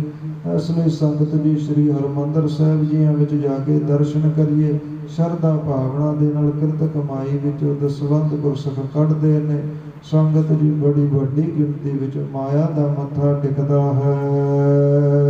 ਸਰਦਾ ਧਰਤੇ ਦਾਸ ਫਲ ਲੇਵਹੇ। ਸੰਗਤ ਜੀ ਜੋ ਸ਼ਰਧਾ ਭਾਵਨਾ ਦੇ ਨਾਲ ਗੁਰੂ ਅਰਜਨ ਦੇਵ ਮਹਾਰਾਜ ਜੀ ਕਹਿੰਦੇ ਆਵਣਗੇ, ਭਾਈ ਦਸਵੰਧ ਕੱਢਣਗੇ, ਦਰਸ਼ਨ ਮੇਲੇ ਕਰਨਗੇ, ਇਸ਼ਨਾਨ ਪਾਣ ਕਰਨਗੇ, ਅਰਦਾਸਾਂ ਕਰਨਗੇ, ਗੁਰਬਾਣੀ ਪੜ੍ਹਨਗੇ। ਸ਼ਰਧਾ ਧਰ ਹੈ ਦਾਸ ਫਲ ਲੇਵਹੇ। ਜਿਹੜੇ ਦਾਸ ਸੇਵਕ ਬਣ ਕੇ ਆਉਣਗੇ ਨਾ, ਫਿਰ ਉਹ ਮਨ ਭਾਉਂਦੇ ਫਲ ਪਾਵਣਗੇ। ਆਜ ਬਾਸ ਇਸ ਥਲ ਹੀ ਕੀਜਤੇ। ਧੰਨ ਸਾਹਿਬ ਸ੍ਰੀ ਗੁਰੂ ਅਰਜਨ ਦੇਵ ਮਹਾਰਾਜ ਜੀਆਂ ਨੇ ਸੰਗਤਾਂ ਨੂੰ ਹਦਾਇਤ ਕੀਤੀ, ਭਾਈ ਅੱਜ ਦੀ ਜਿਹੜੀ ਰਾਤ ਹੈ ਨਾ, ਉਹ ਅਸੀਂ ਰਾਮਸਰ ਸਾਹਿਬ ਹੀ ਰਹਾਂਗੇ। ਭੂਤ ਪ੍ਰਾਤ ਕੋ ਤਹਿ ਗਮ ਨੀਜਤੇ। ਭਾਈ ਫਿਰ ਅੰਮ੍ਰਿਤ ਵੇਲੇ ਹੁੰਦਿਆਂ ਹੀ ਅਸੀਂ ਏਦਾਂ ਰਾਮਸਰ ਸਰੋਵਰ ਤੋਂ ਪਵਿੱਤਰ ਸਰੂਪ ਮਹਾਰਾਜ ਜੀਆਂ ਦਾ ਲੈ ਕਰਕੇ ਸ੍ਰੀ ਹਰਿਮੰਦਰ ਸਾਹਿਬ ਨੂੰ ਜਾਵਾਂਗੇ। ਇਸ ਪ੍ਰਕਾਰ ਸੰਗਤ ਜੀ ਅੱਜ ਦੀ ਕਥਾ ਵਿਚਾਰ ਆਈ ਹੈ। ਕੱਲ ਦੇ ਦੀਵਾਨਾਂ ਵਿੱਚ ਸ਼ਰਵਣ ਕਰਾਂਗੇ ਕਿਵੇਂ ਮਹਾਰਾਜ ਜੀਆਂ ਦਾ ਪਵਿੱਤਰ ਸਰੂਪ ਹੈ, ਜੋ ਸਤਿਗੁਰੂ ਗੁਰੂ ਅਰਜਨ ਦੇਵ ਮਹਾਰਾਜ ਜੀ ਏਦਾਂ ਧੰਨ ਬਾਬਾ ਬੁੱਢਾ ਸਾਹਿਬ, ਭਾਈ ਗੁਰਦਾਸ ਜੀਆਂ ਵਰਗਿਆਂ ਨਾਲ ਸੰਗਤਾਂ ਦੇ ਸਮੇਤ ਨਗਰ ਕੀਰਤਨ ਦੇ ਰੂਪ ਵਿੱਚ ਪਵਿੱਤਰ ਸਰੂਪ ਨੂੰ ਰਾਮਸਰ ਸਰੋਵਰ ਤੋਂ ਲਿਜਾ ਕਰਕੇ ਸ੍ਰੀ ਹਰਿਮੰਦਰ ਸਾਹਿਬ ਜੀਆਂ ਵਿੱਚ ਪ੍ਰਕਾਸ਼ ਕਰਨਗੇ। ਔਰ ਮਹਾਰਾਜ ਫਿਰ ਉੱਥੇ ਬਚਨ ਬੋਲਣਗੇ, ਬੁੱਢਾ ਸਾਹਿਬ ਖੋਲੋ ਗ੍ਰੰਥ, ਲੇਹੋ ਆਵਾਜ਼, ਸੁਣਹਿ ਸਭ ਪੰਥ। ਕਿ ਬਾਬਾ ਬੁੱਢਾ ਸਾਹਿਬ ਜੀ ਹੁਣ ਗ੍ਰੰਥ ਸਾਹਿਬ ਜੀ ਦਾ ਪ੍ਰਕਾਸ਼ ਕਰੋ ਔਰ ਹੁਕਮਨਾਮਾ ਲਵੋ। ਸਾਰਾ ਹੀ ਪੰਥ ਸੁਣੇ ਜੀ ਕੀ ਹੁਕਮਨਾਮਾ ਆਵੇਗਾ। ਕੱਲ ਦੇ ਦੀਵਾਨਾਂ ਵਿੱਚ ਸ਼ਰਵਣ ਕਰਾਂਗੇ। ਅਜੇ ਤੇ ਹੀ ਵਿਸ਼ਰਾਮ ਲੈਂਦੇ ਹਾਂ। ਹੋਈਆਂ ਭੁੱਲਾਂ ਚੁੱਕਾਂ ਦੀ ਖਿਮਾ ਬਖਸ਼ਣੀ। ਗੁਰੂ ਕਾ ਇਤਿਹਾਸ ਗੁਰੂ ਕਾ ਸ਼ਬਦ ਜਾਣ ਕਰਕੇ ਹਿਰਦਿਆਂ ਵਿੱਚ ਵਸਾਉਣਾ ਤਾਂ ਜੋ ਸਾਡਾ ਲੋਕ ਅਤੇ ਪਰਲੋਕ ਸਵਰ ਸਕੇ। ਆਓ ਆਨੰਦ ਸਾਹਿਬ ਦੀ ਗੁਰਬਾਣੀ ਨਾਲ ਜੁੜੀਏ। ਅੱਜ ਦੀ ਸਮਾਪਤੀ ਕਰੀਏ ਜੀ। ਸਤਨਾਮ ਸ੍ਰੀ ਵਾਹਿਗੁਰੂ ਸਾਹਿਬ ਜੀ। ਰਾਮ ਕਲੀ ਮਹੱਲਾ ਤੀਜਾ। ਆਨੰਦ ਇੱਕ ਓੰਕਾਰ ਸਤਿਗੁਰ ਪ੍ਰਸਾਦ। ਆਨੰਦ ਪਾਇਆ ਮੇਰੀ ਮਾਏ ਸਤਿਗੁਰੂ ਮੈਂ ਪਾਇਆ। ਸਤਿਗੁਰ ਤਾ ਪਾਇਆ ਸਹਿਜ ਸਿੱਧੀ ਮਨ ਵਜੀਆਂ ਵਧਾਈਆਂ। ਰਾਗ ਰਤਨ ਪਰਵਾਰ ਪਰਿਆ ਸ਼ਬਦ ਗਾਵਨਿਆ ਜਾ। ਸ਼ਬਦੋ ਤਾ ਗਾਵਹੁ ਹਰੀ ਚੇਰਾ ਮਨ ਜਿਨੀ ਵਸਾਇਆ। ਕਹਿ ਨਾਨਕ ਆਨੰਦ ਹੋਆ ਸਤਿਗੁਰੂ ਮੈਂ ਪਾਇਆ। ਏ ਮਨ ਮੇਰਿਆ ਤੂੰ ਸਦਾ ਰਹੋ ਹਰ ਨਾਲੇ। ਹਰ ਨਾਲ ਰਹੋ ਤੂੰ ਮਨ ਮੇਰੇ। ਦੁਖ ਸਭ ਵਿਸਾਰਨਾ। ਅੰਗੀਕਾਰ ਉਹ ਕਰੇ ਤੇਰਾ ਕਾਰਜ ਸਭ ਸਵਾਰਨਾ। ਸਭਨਾ ਗੱਲਾਂ ਸਮਰੱਥ ਸੁਆਮੀ ਸੋ ਕਿਉ ਮਨ ਵਿਸਾਰੇ। ਆਹ ਨਾਨਕ ਮਨ ਮੇਰੇ ਸਦਾ ਰਹੋ ਹਰ ਨਾਲੇ। ਸੱਚੇ ਸਾਹਿਬਾ ਕਿਆ ਨਾਹੀ ਕਰ ਤੇਰਾ ਕਰਤਾ ਤੇਰਾ ਸਭ ਕੁਛ ਹੈ। ਜਿਸ ਦੇਹ ਸੋ ਪਾਵੈ ਸਦਾ ਸਿਫਤ ਸਲਾਹ ਤੇਰੀ। ਨਾਮ ਮਨ ਵਸਾਵੈ ਨਾਮ ਜਿਨ ਕੈ ਮਨ ਵਸਿਆ। ਵਾਜੇ ਸ਼ਬਦ ਕਨੇਰੇ ਕਾਹੈ ਨਾਨਕ ਸੱਚੇ ਸਾਹਿਬ ਕਿਆ ਨਾਹੀ ਕਰ ਤੇਰਾ। ਸੋਚਾ ਨਾਮ ਮੇਰਾ ਆਧਾਰੋ। ਸਚ ਨਾਮ ਆਧਾਰ ਮੇਰਾ। ਜਿਨ ਭੁੱਖਾ ਸਭ ਗਵਾਈਆ। ਪਰ ਸਾਤ ਸੁਖ ਮਨ ਆਇ ਵਸਿਆ। ਜਿਨ ਇੱਛਾ ਸਭ ਬੁਝਾਈਆ। ਸਦਾ ਕੁਰਬਾਨ ਕੀਤਾ ਗੁਰ ਵਿਟਹੁ। ਜਿਸ ਦੀਆਂ ਇਹ ਵਡਿਆਈਆ। ਕਹਿ ਨਾਨਕ ਸੁਣੋ ਸੰਤ ਹੋ ਸ਼ਬਦ ਤਰਹੁ ਪਿਆਰੋ। ਸਾਚਾ ਨਾਮ ਮੇਰਾ ਆਧਾਰੋ। ਵਾਜੇ ਪੰਜ ਸ਼ਬਦ ਤਤ ਘਰ ਸੁਭਾਗੈ ਘਰ ਸੁਭਾਗੈ। ਸ਼ਬਦ ਵਾਜੇ ਕਲਾ ਜਿਤ ਕਰ ਧਾਰਿਆ। ਪੰਜ ਦੂਤ ਤੁਧ ਵਸ ਕੀਤੇ ਕਾਲ ਕੰਟਕ ਮਾਰਿਆ। ਧੁਰ ਕਰਮ ਪਾਇਆ ਤੁਧ ਜਿਨ ਕਉ ਸੇ ਨਾਮ ਹਰ ਕੈ ਲਾਗੇ। ਕਹਿ ਨਾਨਕ ਤੈ ਸੁਖ ਹੋਆ ਤੁਧ ਕਰ ਅਨਹਦ ਵਾਜੇ। ਅਨੰਦ ਸੁਨਾਹੁ ਵਡ ਭਾਗੀ ਹੋ ਸਗਲ ਮਨੋਰਥ ਪੂਰੇ। ਔਰ ਬ੍ਰਹਮ ਪ੍ਰਪਾਇਆ ਉਤਰੇ ਸਗਲ ਵਿਸੂਰੇ। ਦੁਖ ਰੋਗ ਸੰਤਾਪ ਉਤਰੇ ਸੁਣੀ ਸੱਚੀ ਬਾਣੀ। ਸੰਤ ਸਾਜਨ ਭਏ ਸਭ ਸੇ ਪੂਰੇ ਗੁਰ ਤੇ ਜਾਣੀ। ਸੁਣਤੇ ਪਵਿੱਤ ਕਹਤੇ ਪਵਿੱਤ ਸਤਿਗੁਰ ਰਹਿਆ ਭਰਪੂਰੇ। ਬਿਨਵੰਤ ਨਾਨਕ ਗੁਰ ਚਰਨ ਲਾਗੇ ਵਾਜੇ ਅਨਹਦ ਤੂਰੇ। ਸ਼ਲੋਕ ਪਵਨ ਗੁਰੂ ਪਾਣੀ ਪਿਤਾ ਮਾਤਾ ਧਰਤ ਮਹਤ। ਦਿਵਸ ਰਾਤ ਦੋਇ ਗਾਈ ਗਾਇਆ ਖੇਲਾ ਸਗਲ ਜਗਤ। ਚੰਗਿਆਈਆਂ ਬੁਰਾਈਆਂ ਵਾਚੈ ਧਰਮ ਦੂਰ। ਕਰਮੀ ਆਪੋ ਆਪਣੀ ਕੇ ਨੇੜੇ ਕੇ ਦੂਰ।